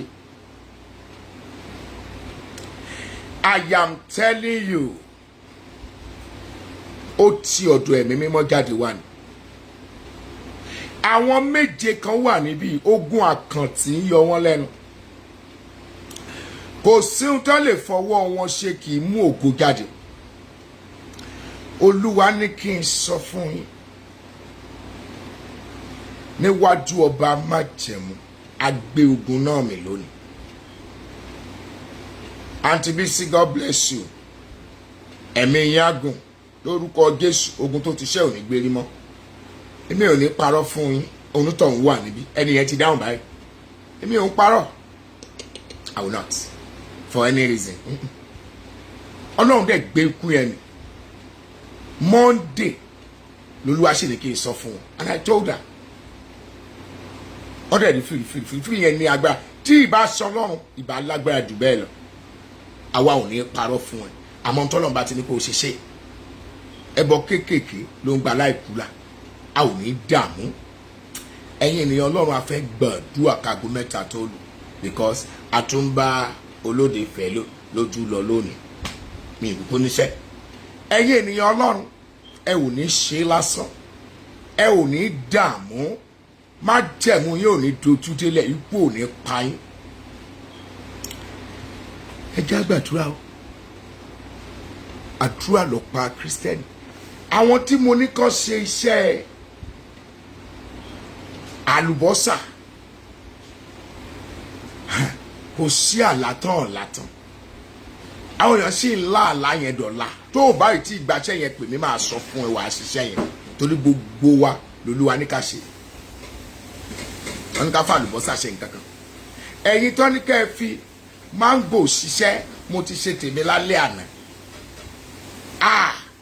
ẹ ò ní dààmú lórúkọ olúwa ẹ̀yin ènìyàn mímọ́ ọlọ́run ẹ jájọ képa ọlọ́run o kọ́kọ́ nawọ́ ọ̀tún ẹ sókè ọlọ́run mi ò gbọ́dọ̀ ṣẹ́kù amarabata kó etí ọ̀la àgbómígbónígbà àgbónígbanígba tó oyédèdú òyédò níhà àwọn òkú márùn kan wà níbi tó ti dájọ́ pé kó sùn tó parí wọ́n máa tẹ́rí gbaṣọ ọlọ́run fẹ́ bà májẹ̀mú náà jẹ́ tó bá lè gbàdúrà ẹ̀yin ènìyàn ọlọ́run ẹ pé orúkọ jésù lẹ́ẹ̀kan pẹ̀lú agbára ẹ̀gẹ́ jésù àti ẹ̀mí mímọ́ ọlọ́run mi ò gbọ́dọ̀ ṣẹ́kù ó yàdúà iná farobata jẹ́ ọlá àgbóní fara àbátówó ní ọlọ́run mi ò gbọ́dọ̀ ṣẹ́kù ẹ̀mí mímọ́ mi ò gbọ́dọ̀ ṣẹ́kù ọlọ́run mi ò gbọ́dọ̀ ṣẹ́kù ọba agbára mi ò gbọ́dọ̀ ṣẹ́kù ẹ̀mí mímọ́ mi ò gbọ́dọ̀ ṣẹ́kù olódodo mi ò gbọ́dọ̀ kú ní kékeré ó dé èèwọ̀ mi ò gbọ́dọ̀ ṣẹ́kù ọlọ́run gbé ikú mi ní ìṣẹ́gun nínú ayé mi gbé ikú mi ní ìṣẹ́gun nínú ayé mi gbé ikú mi ní ìṣẹ́gun nínú ayé mi mi ò gbọ́dọ̀ ṣẹ́kù olúwa mi ò gbọ́dọ̀ ṣẹ́kù ọlọ́run ẹ̀mí mímọ́ mi ò gbọ́dọ̀ ṣẹ́kù ẹ̀mí mímọ́ mi ò gbọ́dọ̀ ṣẹ́kù ẹ̀mí mímọ́ mi ò gbọ́dọ̀ ṣẹ́kù ẹ̀mí mímọ́ mi ò gbọ́dọ̀ ṣẹ́kù ẹ̀mí mímọ́ mi ò gbọ́dọ̀ ṣẹ́kù ẹ̀mí mímọ́ mi ò gbọ́dọ̀ ṣẹ́kù ẹ̀mí mímọ́ mi ò gbọ́dọ̀ ṣẹ́kù ẹ̀mí mímọ́ mi ò gbọ́dọ̀ ṣẹ́kù ẹ̀mí mímọ́ mi ò gbọ́dọ̀ ṣẹ́kù ẹ̀mí mímọ́ mi ò gbọ́dọ̀ ṣẹ́kù ẹ̀mí mímọ́ mi ò gbọ́dọ̀ ṣẹ́kù ẹ̀mí mímọ́ mi ò gbọ́dọ̀ ṣẹ́kù ẹ̀mí mímọ́ mi ò gbọ́dọ̀ kú ní kékeré every spirit of untimely death I destroy you over my life I come against you over my life I must not die young every spirit of untimely death in the mighty name of Jesus I disagree with you I command you in the name of Jesus go in the mighty name of Jesus gbogbo ẹ̀mí ikú kékeré gbogbo ẹ̀mí tó ní kí n ṣẹ́kù gbogbo ẹ̀mí tó ní kí n kú ní kékeré ẹ̀mí mímọ́ gbé mi ọlọ́run gbé mi ẹ̀yà ara mi tó ti di òkú gba ìyè ẹ̀yà ara mi tó di òkú gba máa dárúkọ àwọn ọmọ ẹlẹ́yọ kọ̀ọ̀kan pé lágbájá ò ní ṣẹ́kù wọn ò ní fipó sísan ire fún mi nínú iṣẹ́ ìránṣẹ́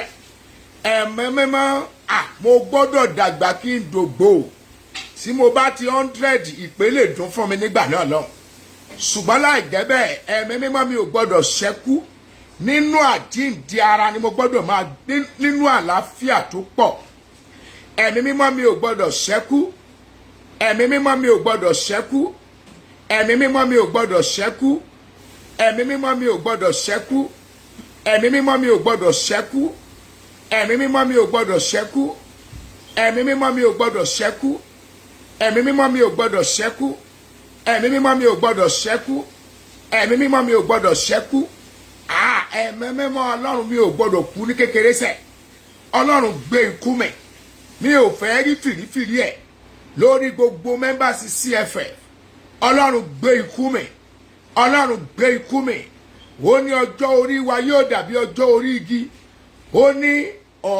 ní ikú ni ọ̀tá ìkẹyìn tá ó dájọ́ fún tó bá rí bẹ́ẹ̀ ọlọ́run gbé ikú mi ó ní àwa kì yóò kú ikú kan bí kò ṣe yíyè ẹni mímọ́ Ísírẹ́lì ó yá gbé ikú mi ẹni mímọ́ Ísírẹ́lì ó yá gbé ikú mi lórí gbogbo mẹ́mbàsì CFF ọlọ́run gbé ikú mi ọlọ́run gbé ikú mi ẹ̀mí mímọ́ gbé ikú mi ọba agbára o ọba agbára o ọba agbára o ọya gbé ikú mi ọya Aunty Sandra ẹ gbà dáadáa ọlọ́run gbé ikú mi Mommy Hope Udoh ẹ gbà dáadáa Gbádébọ̀ gbà dáadáa Aunty Kẹ́mi ẹ gbà lórí ọmọ Omeyibala gbà dáadáa Kúsòrò gbà dáadáa lórí àbíkáyìn rẹ gbà dáadáa ọlọ́run gbé ikú mi Ọ̀dẹ́jìmí Abọ́sẹ̀dé ẹ gbà dáadáa Àlíyù Ṣadé gbà dáadáa ọlọ́run gbé ikú mi ọlọ́run gbé ikú mi ọlọ́run gbé ikú mi ẹ̀yà ara mi tó ti ń dòkú ó yá gba ìyè ẹ̀yà ara mi tó ti ń dòkú ó yá gba ìyè Jésù Olúwa wa àwọn kan wà ń bí ẹ máa ń gùnfẹ̀ bí ìgbà tẹ́ran ti bàjẹ́ àwọn nǹkan kan ti bàjẹ́ nínú àgọ́ ara yín tá a fẹ́ túṣe ẹ̀yin kan máa ń gùnfẹ̀ bí ìgbà tó jẹ́ pé ẹran ti bàjẹ́ tàbí tẹ́ ẹ bá mí ẹ gbọ́ bí ìgbà tí nǹkan rùn jí wọ́n dìde bàbá jí wọ́n dìde jí wọ́n dìde bàbá mi jí wọ́n dìde ẹ̀yà ara mi tó ti ń dòbí túwárì o jí wọ́n dìde bàbá jí wọ́n dìde àlóra bàtà bí ẹ̀mí mọ́ ní ká gbàdúrà yìí dáadáa ẹ jẹ́ ká tó bá jẹ́ gbàdúrà yìí nìkan la lè gbà lónìí òun náà la ó gbà ẹ̀mí mímọ́ ní ká wo àwọn kan máa rí àpẹẹrẹ kó tó di Monday ìbò méje mi ò dégbò níyà farabata yéèyé mẹ̀mẹ̀ àwọn míì tilẹ̀ lálàá pé àwọn kú wọ́n lálàá sẹ́lòmíì pò kú àwọn méjì wà ń bì tán bá ń wò ọ̀kan á dàbí ẹni pé wọ́n ń rí ẹnìkan tó daṣọ borí nínú oòrùn tó dúró àwọn kan wà ń bí wọ́n ń rí tiwọn nínú àlá àwọn kan dẹ̀ wà ń bí wọ́n ti sọ fún wọn pé kán lọ gbàdúrà fẹ́mi gígùn onímájẹ̀mú ló ń fẹ́ bàjẹ́ lónìí yíyàmá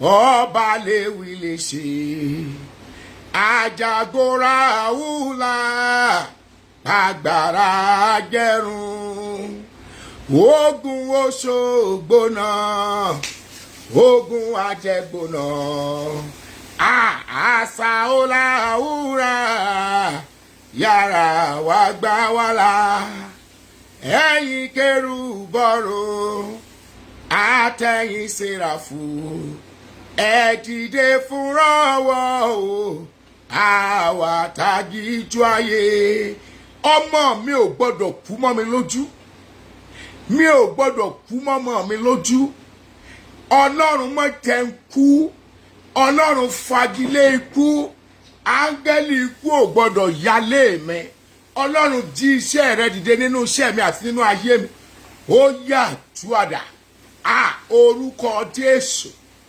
agbára ẹ̀jẹ̀ Jésù ẹ̀mí mímọ́ mi ò gbọ́dọ̀ kú o fagilé ikú níwájú mi fagilé ikú níwájú mi ìwọ áńgẹ́lì ikú ò lè yálé mi mo fi ẹ̀jẹ̀ Jésù mo fi sàmì ìyè sí àtẹ́rígbà mi mo fi ẹ̀jẹ̀ Jésù mo fi sàmì ìyè sí inú ilé mi áńgẹ́lì ikú ò gbọ́dọ̀ wọlé mi áńgẹ́lì ikú ò gbọ́dọ̀ wọlé mi ìwọ ẹ̀mí ikú lára mi ó yá jáde lára gbogbo members CFF ẹ̀mí ikú jáde ìwọ ẹ̀mí ikú jáde ìwọ ẹ̀mí ikú jáde ìwọ ẹ̀mí ikú jáde ìwọ ẹ̀mí ikú jáde ìwọ ẹ̀mí ikú jáde ìwọ ẹ̀mí ikú jáde ìwọ ẹ̀mí ikú jáde ìwọ ẹ̀mí ikú jáde ìwọ ẹ̀mí ikú jáde ìwọ ẹ̀mí ikú jáde ìwọ ẹ̀mí ikú jáde ìwọ ẹ̀mí ikú jáde ìwọ ẹ̀mí ikú jáde ìwọ ẹ̀mí ikú jáde tó bá ti jáde wọ ilẹ̀ gbígbẹ ẹ̀yà ara mi tó ti ń kú díẹ̀díẹ̀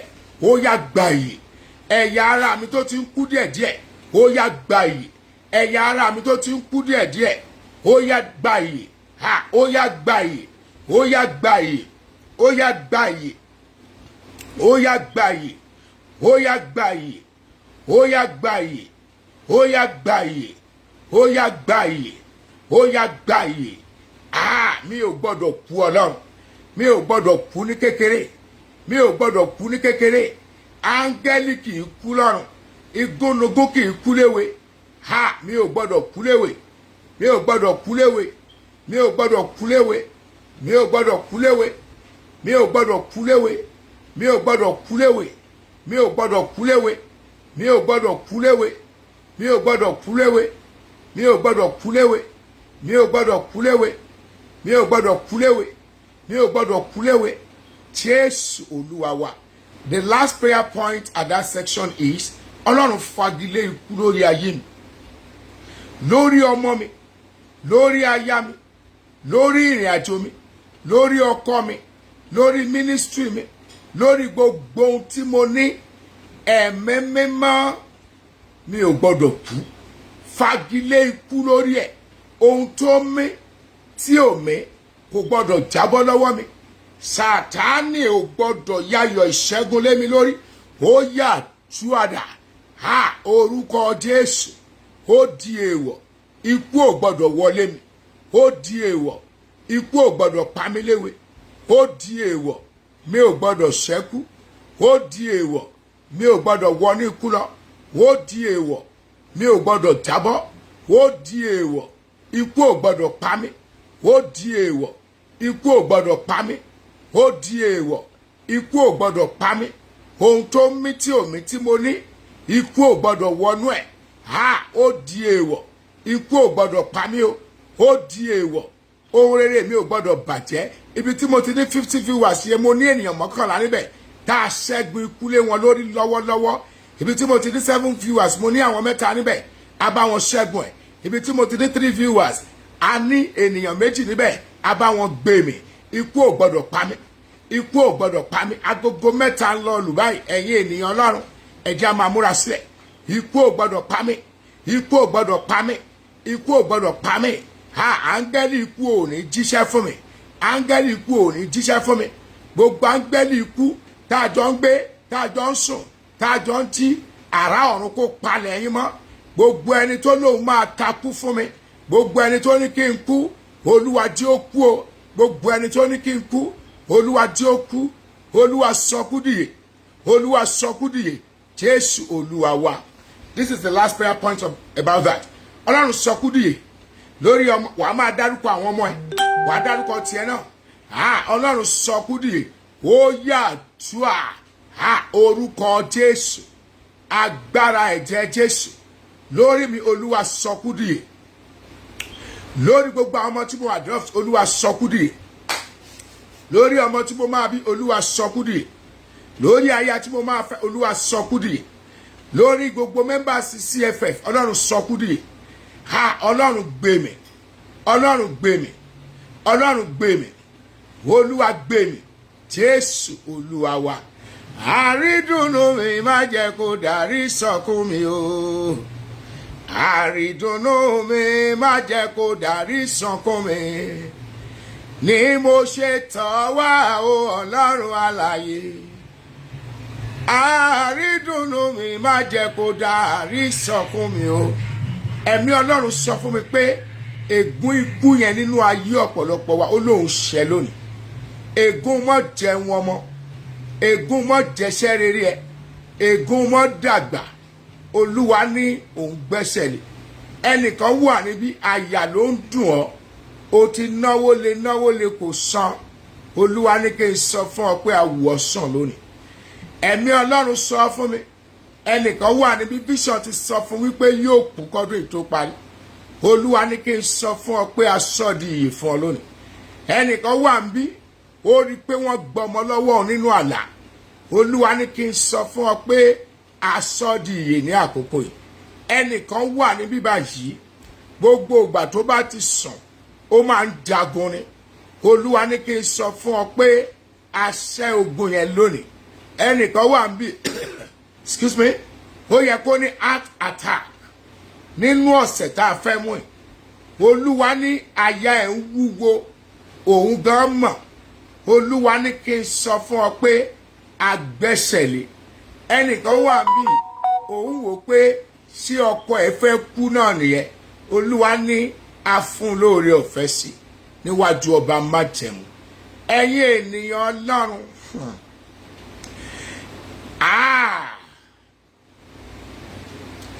ẹ rán mi létí, a ó gbàdúrà fún Nàìjíríà. A gbọ́dọ̀ ta ẹ̀jẹ̀ aláìṣẹ̀ sílẹ̀. Ẹ̀yin local government chairman, ẹ lọ gbàdúrà. 2023 a ní agbára. ṣe rí gbogbo eléyìí tó sì ń ṣẹlẹ̀ lọ́dún yìí ìwọ̀nba ni 2023 ẹlẹ́mìí ló máa last ẹ̀ẹ́rì èèyàn sì wọ́n ní wọn ò rí mọ́ wọ́n á máa pa wọ́n sínú mọ́tò wọn lọ́sàn-án gangan wọ́n á máa yìn wọ́n pa nínú ọ́fíìsì wọn lọ́sàn-án gangan ẹ kọ́ sílẹ̀ ẹ̀yin ministers ẹ̀yin honourables ẹ̀yin éèdì tẹ́ǹtẹ́ láwọn governors ẹ̀yin tẹ́ ẹ wà lẹ́yìn Mr. President ẹ kọ́ sílẹ̀ àwọn uniform men máa dìde síra wọn á ní agbára èmi ni o I had dreamt that my last born was taken in my. Kí ni mo ní kí ẹ ṣe nígbà tí à ń gbàdúrà mo ní ẹ gbàdúrà fún àbíkẹ́yìn yín kó mọ̀ kú ẹ̀yin gan ti lálẹ́ ẹ̀ mo rí text message yẹn a ò ní parọ́ níbí ohun tọ́lọ́run ò bá ní ká ṣe a ò ní ṣe ọmọ yẹn ti dá ìgbà àwọn tiẹ̀ ló wá jàgbà yẹn ẹni tó text mi tètè wọnú àdúrà o a ò ní ṣe mọ̀ pé mo sọ mo ní lágbájá lọ gbàdúrà against ikú lórí àbíkẹ́yìn yẹn gbà dáadáa mo sọ ń gbà tí à ń gbàdúrà ikú yẹn ẹ̀yin gan ti lálàá ẹ gbà dáadáa o kẹ́ ẹ kàn sí mi 1 hour after the service kí n sọ tẹ́ ẹ ṣe fún yín. Ẹ̀yin ọ̀dọ́ tẹ́ ẹ fẹ́ protest lọ sáwọn ààfin ẹ gbàdúrà dáadáa o ẹ̀yin tẹ́ ẹ fẹ́ fẹ̀hónú hàn ẹ gbàdúrà dáadáa o ẹ̀yin ministers ẹ lọ gbàdúrà dáadáa Olúwadámilọ́lá Àdìsá lọ gba àwẹ̀ ọjọ́ kan ṣoṣo Ọlọ́run bí mo bá yàn kúrò Ọlọ́run fàágùn pẹ̀lú Psalm 3 tó bá gbà tán pè mí Olú Kenneth lọ bu omi sínú ke pẹ̀lú Psalm 119 lẹ́ẹ̀mẹ́ta kó fi wẹ̀ kó sọ fọ́lọ́run pé má jẹ̀mú arílónìí àrílọ́la kó oníkọ́lọ́run bọ̀ bàjẹ́ gbà dáadáa tó bá gbà tán pè mí Fọlákẹ́mi Bímbọ́ lọ gba àwẹ̀ kan kó lọ sọ fọ́lọ́run pé má jẹ̀mú tí mi ò yàn èyí táyé yàn fún mi Ọlọ́run bá mi bàjẹ́ aláàjì kan wà bí ó ń wò mí aláàjì yẹn wọ agbádá funfun wọn fi funfun náà kó láyà kó wọ nǹkan kan lẹ́yìn agbádá yẹn ara ni ohun tẹ́ ẹ ṣe pẹ̀lú business partner yín tó kú ẹ̀mí Ọlọ́run ni ẹ lọ jẹ́wọ́ kẹ́ ẹ lè bá a rí ìgbádùn àìjẹ́ bẹ́ẹ̀ láàrin ọjọ́ 5 síbi ẹ̀yin náà rí bá ṣe ń fà yín lẹ́sẹ̀ mọ́júmọ́ òní aláàjì kan wò mí Awúsá ni ẹni yẹn ṣùgbọ́n ó ti pẹ́ nílẹ̀ Yorùbá gan kódà Yorùbá ní gbogbo àwọn ìyàwó mẹ́tẹ̀ẹ̀ta tó ní ó àìsàn yẹn pọ̀ ó máa ń chẹ́ǹjì owó ni ṣùgbọ́n ní ẹni tó gbówó yẹn fún ẹ pé kẹjọ fi ṣe bísínẹ́sì kẹ́ẹ̀dẹ̀ fúnra yín ní pàṣẹ́ntéèjì ṣàdédé lẹ́ni yẹn fò sánlẹ̀ ló kú kí ló mọ̀ nípa ẹ̀ agbádá funfun ló wọ̀ èèyàn gíga nìyí kódà 1860 lọ́bọ̀ tẹ́ 1860 àìsàn tẹ́ ẹ ṣe ṣàdédé ló wọlé ṣùgbọ́n má ṣe ń fà yín lẹ́sẹ̀ lọ lóru ẹ rójú ẹni tó fà yín lẹ́sẹ̀ ènìyàn 3 ọ̀tọ̀ọ̀tọ̀ ló fà yín lẹ́sẹ̀ Olúwa ní kí n sọ fún yín ẹ lọ jẹ́wọ́ ń tẹ́ ẹ ṣe àìjẹ́ bẹ́ẹ̀ tí ó bá fi pé ọjọ́ 4 ọ̀tọ̀ ní sórí tẹ́ ẹ sọ ẹ mọ́ pè mí o ẹ lọ ṣe tó Olúwa ní ẹ ṣe wo lóbìnrin kan wà níbí ó bá ìgbẹ́ níbi tó ti ń ta ọjà ọfà ló wọlé o pè mí màá sọ ohun tó ṣe ó bá ìgbẹ́ níbi tó ti ń ta ọjà pè mí màá sọ ohun tó ṣe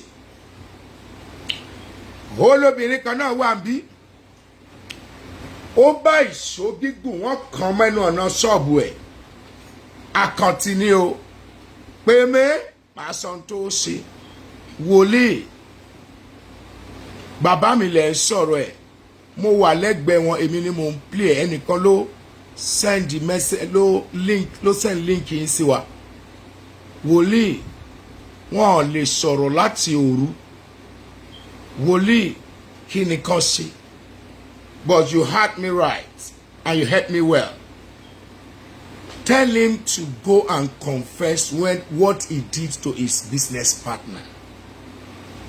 Tó bá lè confess, Olúwa ni yóò yè. Tí ò bá confess, Olúwa ni yóò kú. Wòlíì, ìwọ ni wọ́n da ìgbẹ́ síwájú ṣọ́ọ̀bù rẹ̀. Ó ti sú ẹ o wòlíì. Kí ló wá fẹ́ ṣe báyìí? Èmi lẹ́yìn ìsìn. Èmi kọ́ mo ní kó da ìgbẹ́ síwájú ṣọ́ọ̀bù ẹ̀. Ẹ̀yin ènìyàn Ọlọ́run. Ìran Yorùbá dìde ṣùgbọ́n ẹ̀jẹ̀ á pọ̀. Ẹ kọ̀ sílẹ̀. Agogo mẹ́ta tá a bá ti gbàdúrà yẹn ni mo máa ṣe orí ọ̀fẹ́. Wàá rí ọwọ́ Ọlọ́run.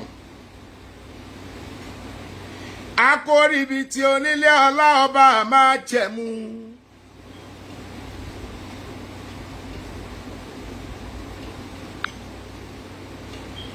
Ìjàlí kàràfà ní sábà wo mímọ́. Ẹnìkan wà níbí ọyàn ń dùn. Kò ń ṣe kánsà àmọ́ wọ́n fi nǹkan pamọ́ síbẹ̀ ni. Á tún wúwo nígbà míì.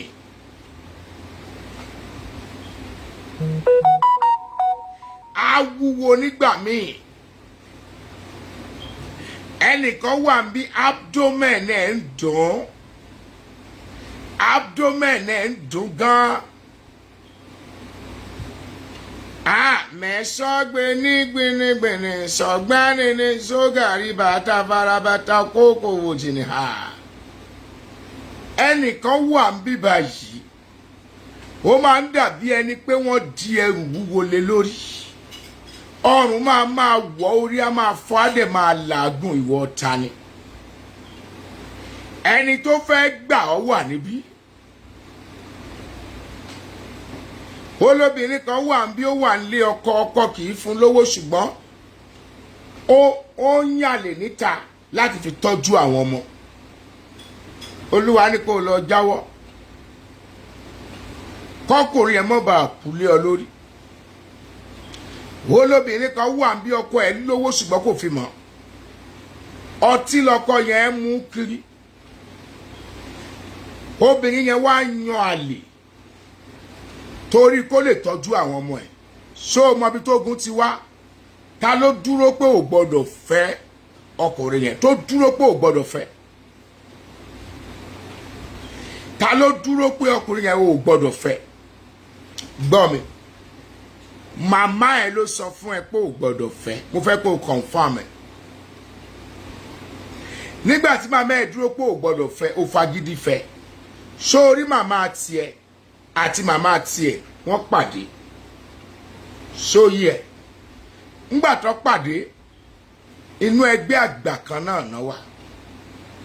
Wọ́n ọ̀dẹ̀ kì í fi ẹran ọ̀hún rúbọ ẹran játijàti àwọn ẹgbẹ́ wọn yìí gbà. Torí ẹ̀ ni màmá títì ẹ ṣe fi ọtí sínú ayé ọkọ ẹ̀ kó lè lọ́kọ àmọ́ kó mọ̀ wúlò fún ọ ṣùgbọ́n kò fẹ́ kó kú.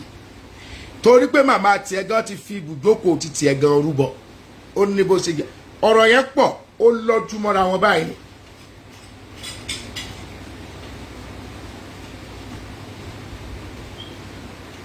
Ọkọ yẹn ò wá rí tiẹ̀ rò. Olóbìnrin kan wà ń bí ó ń retí promotion. Olúwa ní kí n sọ fún ọ pé a fi ìrọ̀rùn fi lé ọ lọ́wọ́.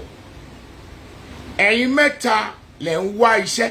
Ẹnìkan ti jẹ́ American lottery rí. Kò dẹ̀ rọ́nà lọ. Kò rọ́nà process ẹ̀. Ó wá ń sunkún. Olúwa ní kí n sọ fún ọ pé lottery ẹ̀ Olúwa ní aṣíwèé ìrántí kan lórí ẹ̀. Ẹnìkan máa ń sùn. Ó máa ń bá rẹ̀ nílùú òyìnbó ṣá. Olúwa ní kí n sọ fún ọ pé nínú oṣù kínní ọdún tó ń bọ̀ má jẹ̀mú yẹn àṣẹ.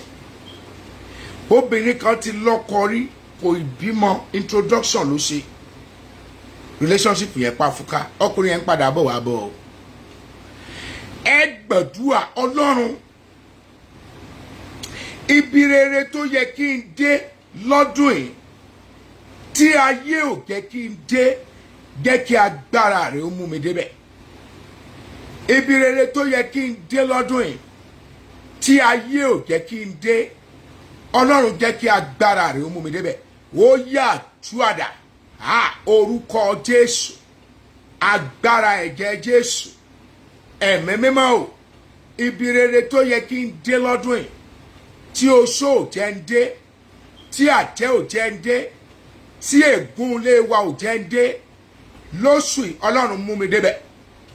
Lónìí Ọlọ́run mú mi débẹ̀. Lọ́sẹ̀ yìí Ọlọ́run mú mi débẹ̀. Àpáta ayérayé mú mi débẹ̀. Ẹ̀mí mímọ́ mú mi débẹ̀. Ológo nínú ọlá mú mi débẹ̀.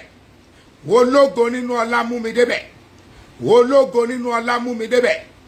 Ológo nínú ọlá mú mi débẹ̀. Ẹ̀mí àwọn wòlíì mú mi débẹ̀. Olúwa mú mi débẹ̀. Jésù Olúwa wa. Ẹ gbọ́ ohun tí mo gbọ́ ni. Ẹ̀rí àwa kan fẹ́ farahàn. Ẹ̀rí àwa kan fẹ́ farahàn. A fẹ́ ní ẹ̀rí. Ẹ̀rí àwa kan fẹ́ farahàn. Ìṣẹ́jú mẹ́ta tó kù a ó gbàdúrà yẹn lẹ́ẹ̀mejì. Olúwa ṣílẹ̀kùn ẹ̀rí mi lónìí. God, open the door of my testimony today. Olabami, how are you, sir? Mo recognize presence everybody. Olúwa ṣílẹ̀kùn ẹ̀rí mi lónìí. Tó o bá lè gbà wá ní ẹ̀rí rere between now and next weekend. Ẹnu Olúwa ló sọ, Olúwa ló gbẹnu mi sọ. Olúwa ṣílẹ̀kùn ẹ̀rí mi lónìí. Ó yá àtúwàdà. Orúkọ Jésù. Agbára ẹ̀jẹ̀ Jésù. Ẹ̀mí mímọ́ o. Ṣílẹ̀kùn ẹ̀rí mi lónìí. Olúwa ṣílẹ̀kùn ẹ̀rí mi lónìí. Olúwa ṣílẹ̀kùn ẹ̀rí mi lónìí. Olúwa ṣílẹ̀kùn ẹ̀rí mi lónìí. Olúwa ṣílẹ̀kùn ẹ̀rí mi lónìí. Olúwa ṣílẹ̀kùn ẹ̀rí mi lónìí. Olúwa ṣílẹ̀kùn ẹ̀rí mi lónìí. Olúwa ṣílẹ̀kùn ẹ̀rí mi lónìí. Olúwa ṣílẹ̀kùn ẹ̀rí mi lónìí. Olúwa ṣílẹ̀kùn ẹ̀rí mi lónìí. Olúwa ṣílẹ̀kùn ẹ̀rí mi lónìí. Ẹ̀rí tó yẹ kí n ti ní láti ọjọ́ pípẹ́. Ẹ̀rí tó yẹ kó ti farahàn láti ìgbà pípẹ́ wá. Kí gbogbo ayé lè mọ̀ pé ìwọ ni Ọlọ́run. Kí gbogbo ayé lè mọ̀ pé ìwọ ló pè mí. Olúwa ṣílẹ̀kùn ẹ̀rí mi lónìí. Olúwa ṣílẹ̀kùn ẹ̀rí mi lónìí. Olúwa ṣílẹ̀kùn ẹ̀rí fún mi lónìí. Ẹ̀mí mímọ́ ṣílẹ̀kùn ẹ̀rí fún mi lónìí. Ẹ̀rí tí gbogbo ènìyàn fi máa mọ̀ pé ìwọ lọ́lọ́run àjùlọ. Olúwa ṣílẹ̀kùn ẹ̀rí fún mi lónìí. Ẹ̀rí tó yè, ẹ̀rí tó tóbi tí gbogbo ènìyàn fi sọ pé ta lọ́lọ́run rẹ̀ afẹ́ bọ́ ọ̀sán. Ọlọ́run ṣílẹ̀kùn ẹ̀rí ẹ lónìí. Ó jẹ́ máa gbà, ó jẹ́ máa gbà. Ọlọ́run ṣílẹ̀kùn ẹ̀rí mi lónìí. Ẹ̀rí tí gbogbo èèyàn fi máa mọ̀ pé mo ní ọ. Ọlọ́run ṣílẹ̀kùn ẹ̀rí mi lónìí. Ọlọ́run ṣílẹ̀kùn ẹ̀rí mi lónìí. Olúwa ṣílẹ̀kùn ẹ̀rí mi lónìí. Olúwa ṣílẹ̀kùn ẹ̀rí mi lónìí. Olúwa ṣílẹ̀kùn ẹ̀rí mi lónìí. Balógun nílé balógun lóko. Ọba ọba ọba sọ̀rọ̀ máa yẹ ọba. Agogo mẹ́ta ti lù. Jésù Olúwa wa. Máa gbàgbé ọ̀rọ̀ àjọsọ. Bóyá gbogbo ìran tá a ti ń sọ lónìí tiẹ̀ ò sí mbẹ̀. Bóyá gbogbo àdúrà tá a ti ń gbà lónìí tiẹ̀ ò sí mbẹ̀. Mo ń fi àkókò yìí sọ fún ọ pé tó o bá lè gba àdúrà yìí pẹ̀lú èso yìí ó tiẹ̀ wá léso ò léso ṣèbó olómi tó o bá dẹ̀ lómi olómi nínú àgọ́ ara yìí. Ohun tó o rò pé kò lè ṣeé ṣe yẹn. Ohun tẹ́gbẹ́ mi ṣe tó ń rọ̀ wọ́n lọ́rùn. You got it? Ohun tẹ́gbẹ́ mi ṣe tó ń rọ̀ wọ́n lọ́rùn. Ẹ̀mí mímọ́ amọ̀t let me know. Ẹ̀mí mímọ́ Ọlọ́run má má jẹ́ tèmi ò nira. Ohun tẹ́gbẹ́ mi ṣe tó ń rọ̀ wọ́n lọ́rùn. Ohun tẹ́gbẹ́ mi ṣe tó ń rọ̀ wọ́n lọ́rùn. Ẹ̀mí mímọ́ Ọlọ́run. Ẹ̀mí mímọ́ Ọlọ́run má má jẹ́ tèmi ò nira. Rabana rafana rabana radame. Arabana sirafana ulada wala uliyamenu.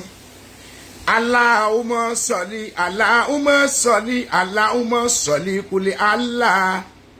Allahumma mi sẹ́yìn ìwújàrá mi ni ó wo bọ́dẹ̀ ṣe ń dá ọ lóhùn wo bọ́dẹ̀ ṣe ṣí ilẹ̀kùn ògo ṣí ilẹ̀kùn ìsun ògo ni orísun yìí mára lé jẹ́ kí ìmọ́lẹ̀ rẹ̀ ọ̀run ṣamọ́nà mi ìjàlẹ̀ olùgbàlà olùgbàlà ṣàgbára dásàmì ṣàgbára dásàmì.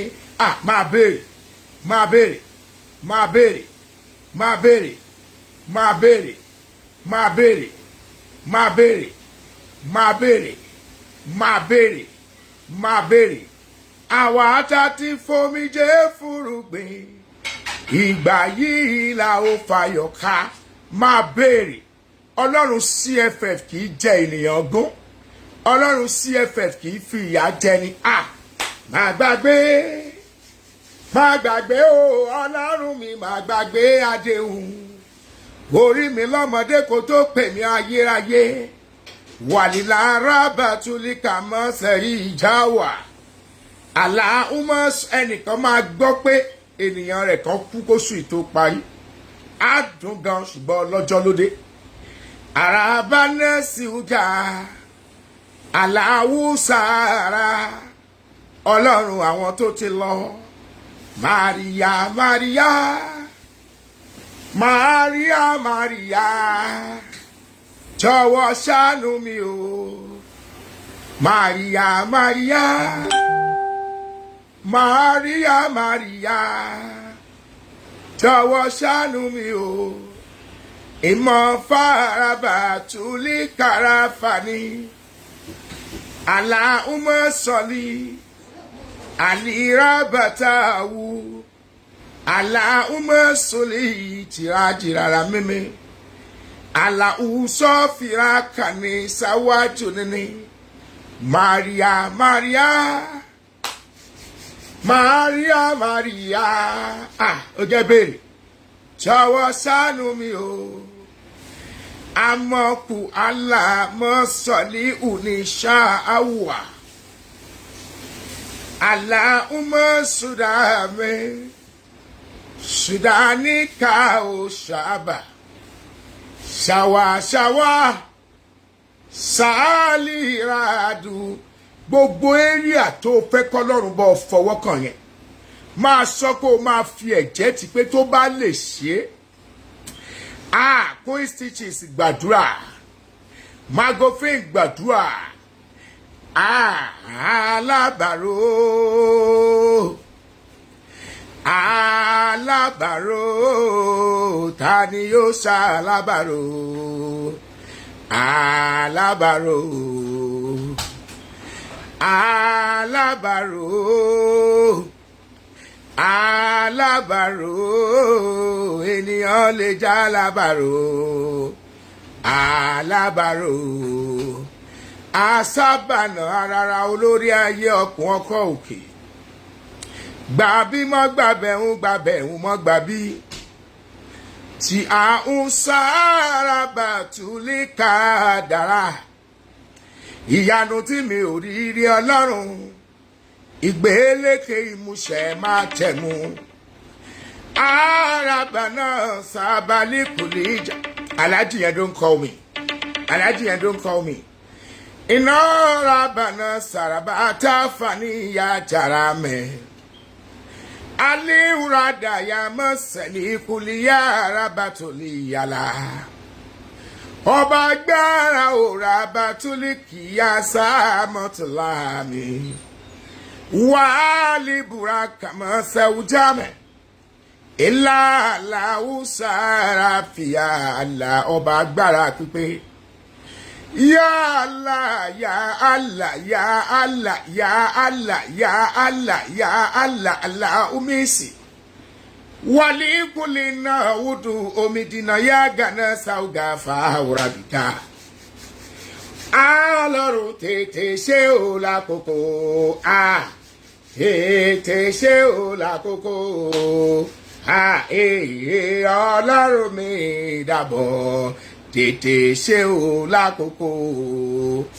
yé ó la fànà ó pè mí ó pè lálá ó lè fà nìní a gbé orí àwọn 25 sókè lọ́wọ́lọ́wọ́ ó pè ní tí ṣọlá ọlọ́run àwọn ọmọ ogun tó bá di Monday gbogbo ènìyàn kó mú ọṣẹ kọ̀ọ̀kan dání ẹ rán mi létí tó bá di Monday gbogbo ènìyàn kó mú ọṣẹ kọ̀ọ̀kan dání àmọ́ kó o tó mú ọṣẹ yẹn wá rí pé o ka Psalm 119 sílẹ̀ kan tó bá di Monday ẹ jẹ́ kí gbogbo ènìyàn kó mú ọṣẹ kọ̀ọ̀kan dání àmọ́ kó o tó mú ọṣẹ yẹn wá rí pé o ka Psalm 119 sílẹ̀ kan àtètè ṣe o lákòókò èyí ọlọ́run mi dàbọ̀ ẹ mọ́ sọ pé ẹ rántí o ẹ mọ́ ni mi ò sọ o ẹ jẹ́ kí gbogbo ènìyàn mú ọṣẹ kọ̀ọ̀kan wá lọ́jọ́ Monday kó o tó mú ọṣẹ yẹn wá rí wípé o fọ o ka Psalm 119 sí Allahumma salli kulli firijawa ilé alomi mọ sẹ́ríbùbá lomi sàràfíwá ilé aláwùmí sẹ́wó jìmìjìmì ráwá jìmìjìmì rárárárárárárárá hello olórí ayé o bàbá mi ìlílà o mímọ́ olórí ayé ẹkùn ọkọ̀ òkè ṣàbàwò mi ṣìlílà rábánà ní ṣàdódé ní àjírà mi ọlọ́run tètè dáhùn fàṣẹ dáhùn ọlọ́run èlíjà dáhùn ara rẹ nínú ayé. God bless you mami Olúṣọlá Ògúnwálé. Ilá arábànà mẹ́sọ̀ọ́balẹ̀ ilá mọ̀ mẹ́sọ̀ọ́gbani sárábàtúlíláì ilá mẹ́sọ̀ọ́dọ̀dọ̀ yáni ìyá ọmọ lèrè God bless you. Ilá mọ́mí ìyá tẹ̀kọ́ ajá. Ata lele ọmọ mi ṣá lómi ṣàníyá èso ìdọ́wọ́ rẹ̀ ò omi ìdọ́wọ́ rẹ̀ ò ìbùkún arábàtàwù ilá lómi Aunty Kẹ́mi Tósìn thank you ìṣàlóra mọ́ mi ṣáwó mi ò yá ọ ọlọ́run mi ìyálé ọlọ́run mi ò yàrá máyì ọlọ́run mi ò sára balili yàgà mọ̀sẹ̀ ojàmọ́ olórí ayé ò símísímí ò àràbàtà wo mẹ́yìn sàngàrà dàfàjà ní náà ní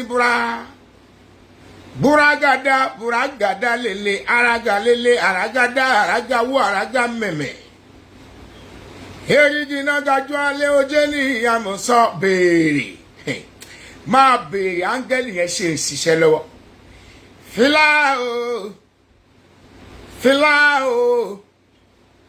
fìlà o onípẹjọ ọlá ọba mọ̀tẹ̀mú àràpẹjọ ọlá ọba agbára èyí àdàló èyí mi jàló èyí mi gàǹgàwà ìlà ló ra mẹ́ tẹ́ bá rí bọ́n ṣe ń rọ òjò mánà ẹ ó béèrè tẹ́ bá rí bọ́n ṣe ń sẹ̀rì ìbùkún ẹ ó béèrè tẹ́ bá rí bọ́n ṣe ń stamp àdúrà yẹn ẹ ó béèrè tẹ́ bá rí bí àwọn àdàbà yẹn ti jó ẹ ó béèrè ó pé ní ọlọ́lá ló fàánà ṣàbání ọlọ́run mi lọ́lá o èjì àràbàtàwù mẹ̀mẹ̀ àràbà náà ra fìyà ọba agbára tó ń gbé nínú ilé kéwú ó kéwú iná yọ lórí omi ó kéwú ó pé rárá dàyà bímọ yá lómi kó rí bẹ́ẹ̀ kó ṣe bẹ́ẹ̀ kó yí padà ẹ̀rí kó gbọ́ ẹ̀rí kó gbà ọlọ́run kó ṣe bẹ́ẹ̀ Jésù Olúwa wa àmín àmín àmín lórúkọ Jésù. Ṣẹ́ omi mu, ṣẹ́ omi ẹ̀ mu.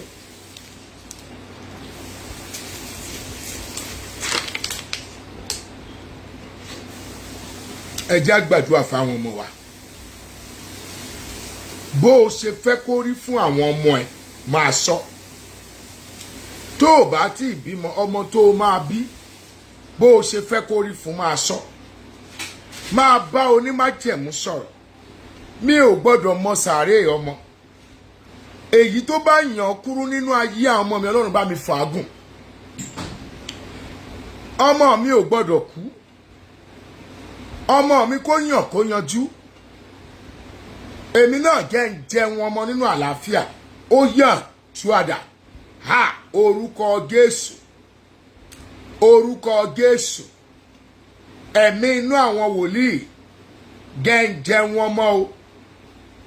Àwọn ọmọ mi tí mo adopt wọn ò gbọ́dọ̀ yàn kú. Àwọn tí mo máa bí wọn ò gbọ́dọ̀ ṣẹlẹ́yà. Olú ọmọ ni kó fún mi. Ológun ọmọ ni kó fún mi. Ọmọ tó dára ni kó fún mi. Ọmọ abiyì ni kó fún mi. Ìmọ́lẹ̀ mi ò gbọ́dọ̀ dòkùnkùn. Ògo ayé mi ò gbọ́dọ̀ bàjẹ́. Májẹ̀mú mi ò gbọ́dọ̀ dojúdé. Orí mi ò gbọ́dọ̀ burú. Ìrìn àjò mi ò gbọ́dọ̀ dìdàkudà. Àánú Ọlọ́run ni kó fi yanjú ọ̀rọ̀ mi. Ògo rẹ ni kó fi yanjú ọ̀rọ̀ mi. Ó ní ògo rẹ ni wọ́n kì yóò bá ẹnikẹ́ni pín. Ó ní májẹ̀mú rẹ ni wọ́n kì yóò dà.